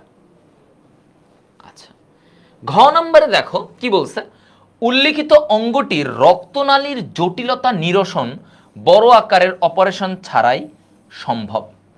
কোনো বড় আকারের অপারেশন ছাড়া তুমি এই রক্তনালীর যে ব্লক সেটা সম্ভব। তার মানে কি? ওই যে আমরা কি করি, এনজিওপ্লাস্টি করি। কি করি? এনজিওপ্লাস্টি। এনজিওপ্লাস্টি, এনজিওপ্লাস্টি কয় রকমের? 4 রকমের, তাই না? এইটা দিয়ে আমরা করতে পারি বড় রকমের অপারেশন ছাড়াই। আমরা ওই জায়গায় যদি তোমার হচ্ছে রক্তনালী জটিলতা নিরসনে এই জায়গাটাতে যে ব্লক হয়েছে, ব্লকটা আমরা এনজিওপ্লাস্টির মাধ্যমে করতে পারি। এর মধ্যে সবচেয়ে প্রচলিত কোনটা? প্রচলিত এগুলো লিখবা, যে আমরা ওই যে রিং বসাই, স্টেন্ট বসাই, রিং বলবা না, স্টেন্ট। এই প্রক্রিয়াটাকে বলি আমরা করোনারি স্টেন্টিং। Coronary stenting. এই করোনারি স্টেন্টিং করে ওইখানে একটা স্টেন্ট বসাই দেই, ধমনির মাঝখানে স্টেন্ট, সো এটা দিয়ে রক্ত প্রবাহিত হতে পারে। কি হতে পারে? রক্ত প্রবাহিত হতে পারে। হ্যাঁ, ওকে, দ্যাটস ইট। তাহলে মোটামুটি আমরা 23-এর কতগুলো সিকিউ দেখলাম, এবং তুমি যত সিকিউ দেখবা ঘুরে ফিরে না সেম জিনিস। কোনোটায় কৃত্রিম পেসমেকারের কথা, কোনোটায় হার্ট অ্যাটাকের প্রতিরোধ। তুমি 22-এর প্রশ্ন দেখো, ওইখানেও গিয়েও দেখবা তোমাদেরকে ওই আরবিসি ডব্লিউবিসির পার্থক্য, কোনোটাতে রক্ত জমাট প্রক্রিয়া, কোনোটাতে আবারও এই যে কার্ডিয়াক চক্র, কোনোটাতে হৃৎপিণ্ডের গঠন, কোনোটাতে এটা। আরে এমনি ওকে, আমার শেষ, আমি 9টার মধ্যেই শেষ করব বলেছিলাম। ঠিক আছে, এই যে এক একটা জায়গায় এক একটা জিনিসগুলা দেখবা ঘুরে ফিরে আসতেছে। হ্যাঁ, এক একটা জায়গায় এইগুলো আসতেছে। সো গাইজ পড়তে হবে। সো তোমরা আমাদের ক্যাপশনে দেওয়া লিঙ্কে ওইখানে গ্রুপটাতে যুক্ত হয়ে যাও। ঠিক আছে, গ্রুপটাতে সবাই যুক্ত থাকবা। হ্যাঁ, সবাই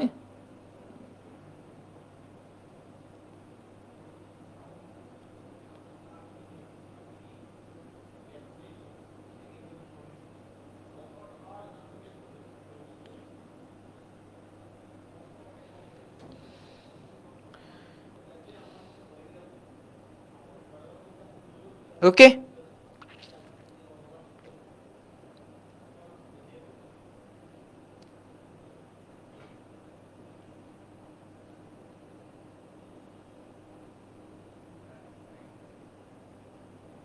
দেখো ইজ ইট ক্লিয়ার? এমসিকিউ এর জন্য মেইন বই পড়তে হবে, এমসিকিউ এর জন্য মেইন বই পড়তে হবে। শুনো, এমসিকিউ জাস্ট ওয়ান শট করে তুমি কোনো ভালো কিছু করতে পারবা না। আহামরি এমসিকিউ, সিকিউ তুমি আইডিয়া পেয়ে যাবা যে এই জায়গা থেকেই তুমি দেখবা সিকিউ। এমসিকিউ আমি তোমার 100টা এমসিকিউ করাবো, তোমার ওইখান থেকে আরেকটা ভিন্ন এমসিকিউ আসবে, কোনো গ্যারান্টি নেই, এটা মাথায় রাখবা, ঠিক আছে? সো করো, করতে পারো, ওইটা তোমার এমসিকিউ প্র্যাকটিস করলে প্র্যাকটিস হবে, এটা কোনো ক্ষতি নাই। বাট মনে রাখবা এমসিকিউ এর জন্য শুধু ওয়ান শট করা, আমিও তোমাদেরকে দিব, পড়াবো এমসিকিউ, বাট এটা একমাত্র সলিউশন না। এমসিকিউ এর জন্য তোমার বায়োলজির ক্ষেত্রে মোটামুটি বইয়ের উপরে তথ্যগুলোর উপরে ধারণা, কারণ এক এক সময় এক এক তথ্য দিবে। ওই বোর্ডে এটা আসছে তার মানে এই বোর্ডে এটা আসবে না, সিকিউতে আসতে পারে, সিকিউ এর আসেই কয়েকটা টপিক, এগুলাই দিতে হবে ঘুরে ফিরে। এমসিকিউ এর এমন না, বুঝছো? ওকে, যাই হোক, আবার ওইগুলো নিয়ে পরে কথা হবে। তোমাদের রুটিন অনুযায়ী তোমরা টার্গেট ডিএমসি ফ্রি গ্রুপে যুক্ত হয়ে যাও, এবং আমাদের মেডিকেল কোর্সও পরবর্তীতে এখান থেকে আমরা কাজ করব তোমাদের জন্য, এবং তোমরা ফ্রিতে যদি এক্সাম দিতে চাও সেটাও এখানে কানেক্টেড। ওকে, আল্লাহ হাফেজ, এবং আবারও তোমাদের সাথে দেখা হবে। আল্লাহ, tata, goodbye, good bye.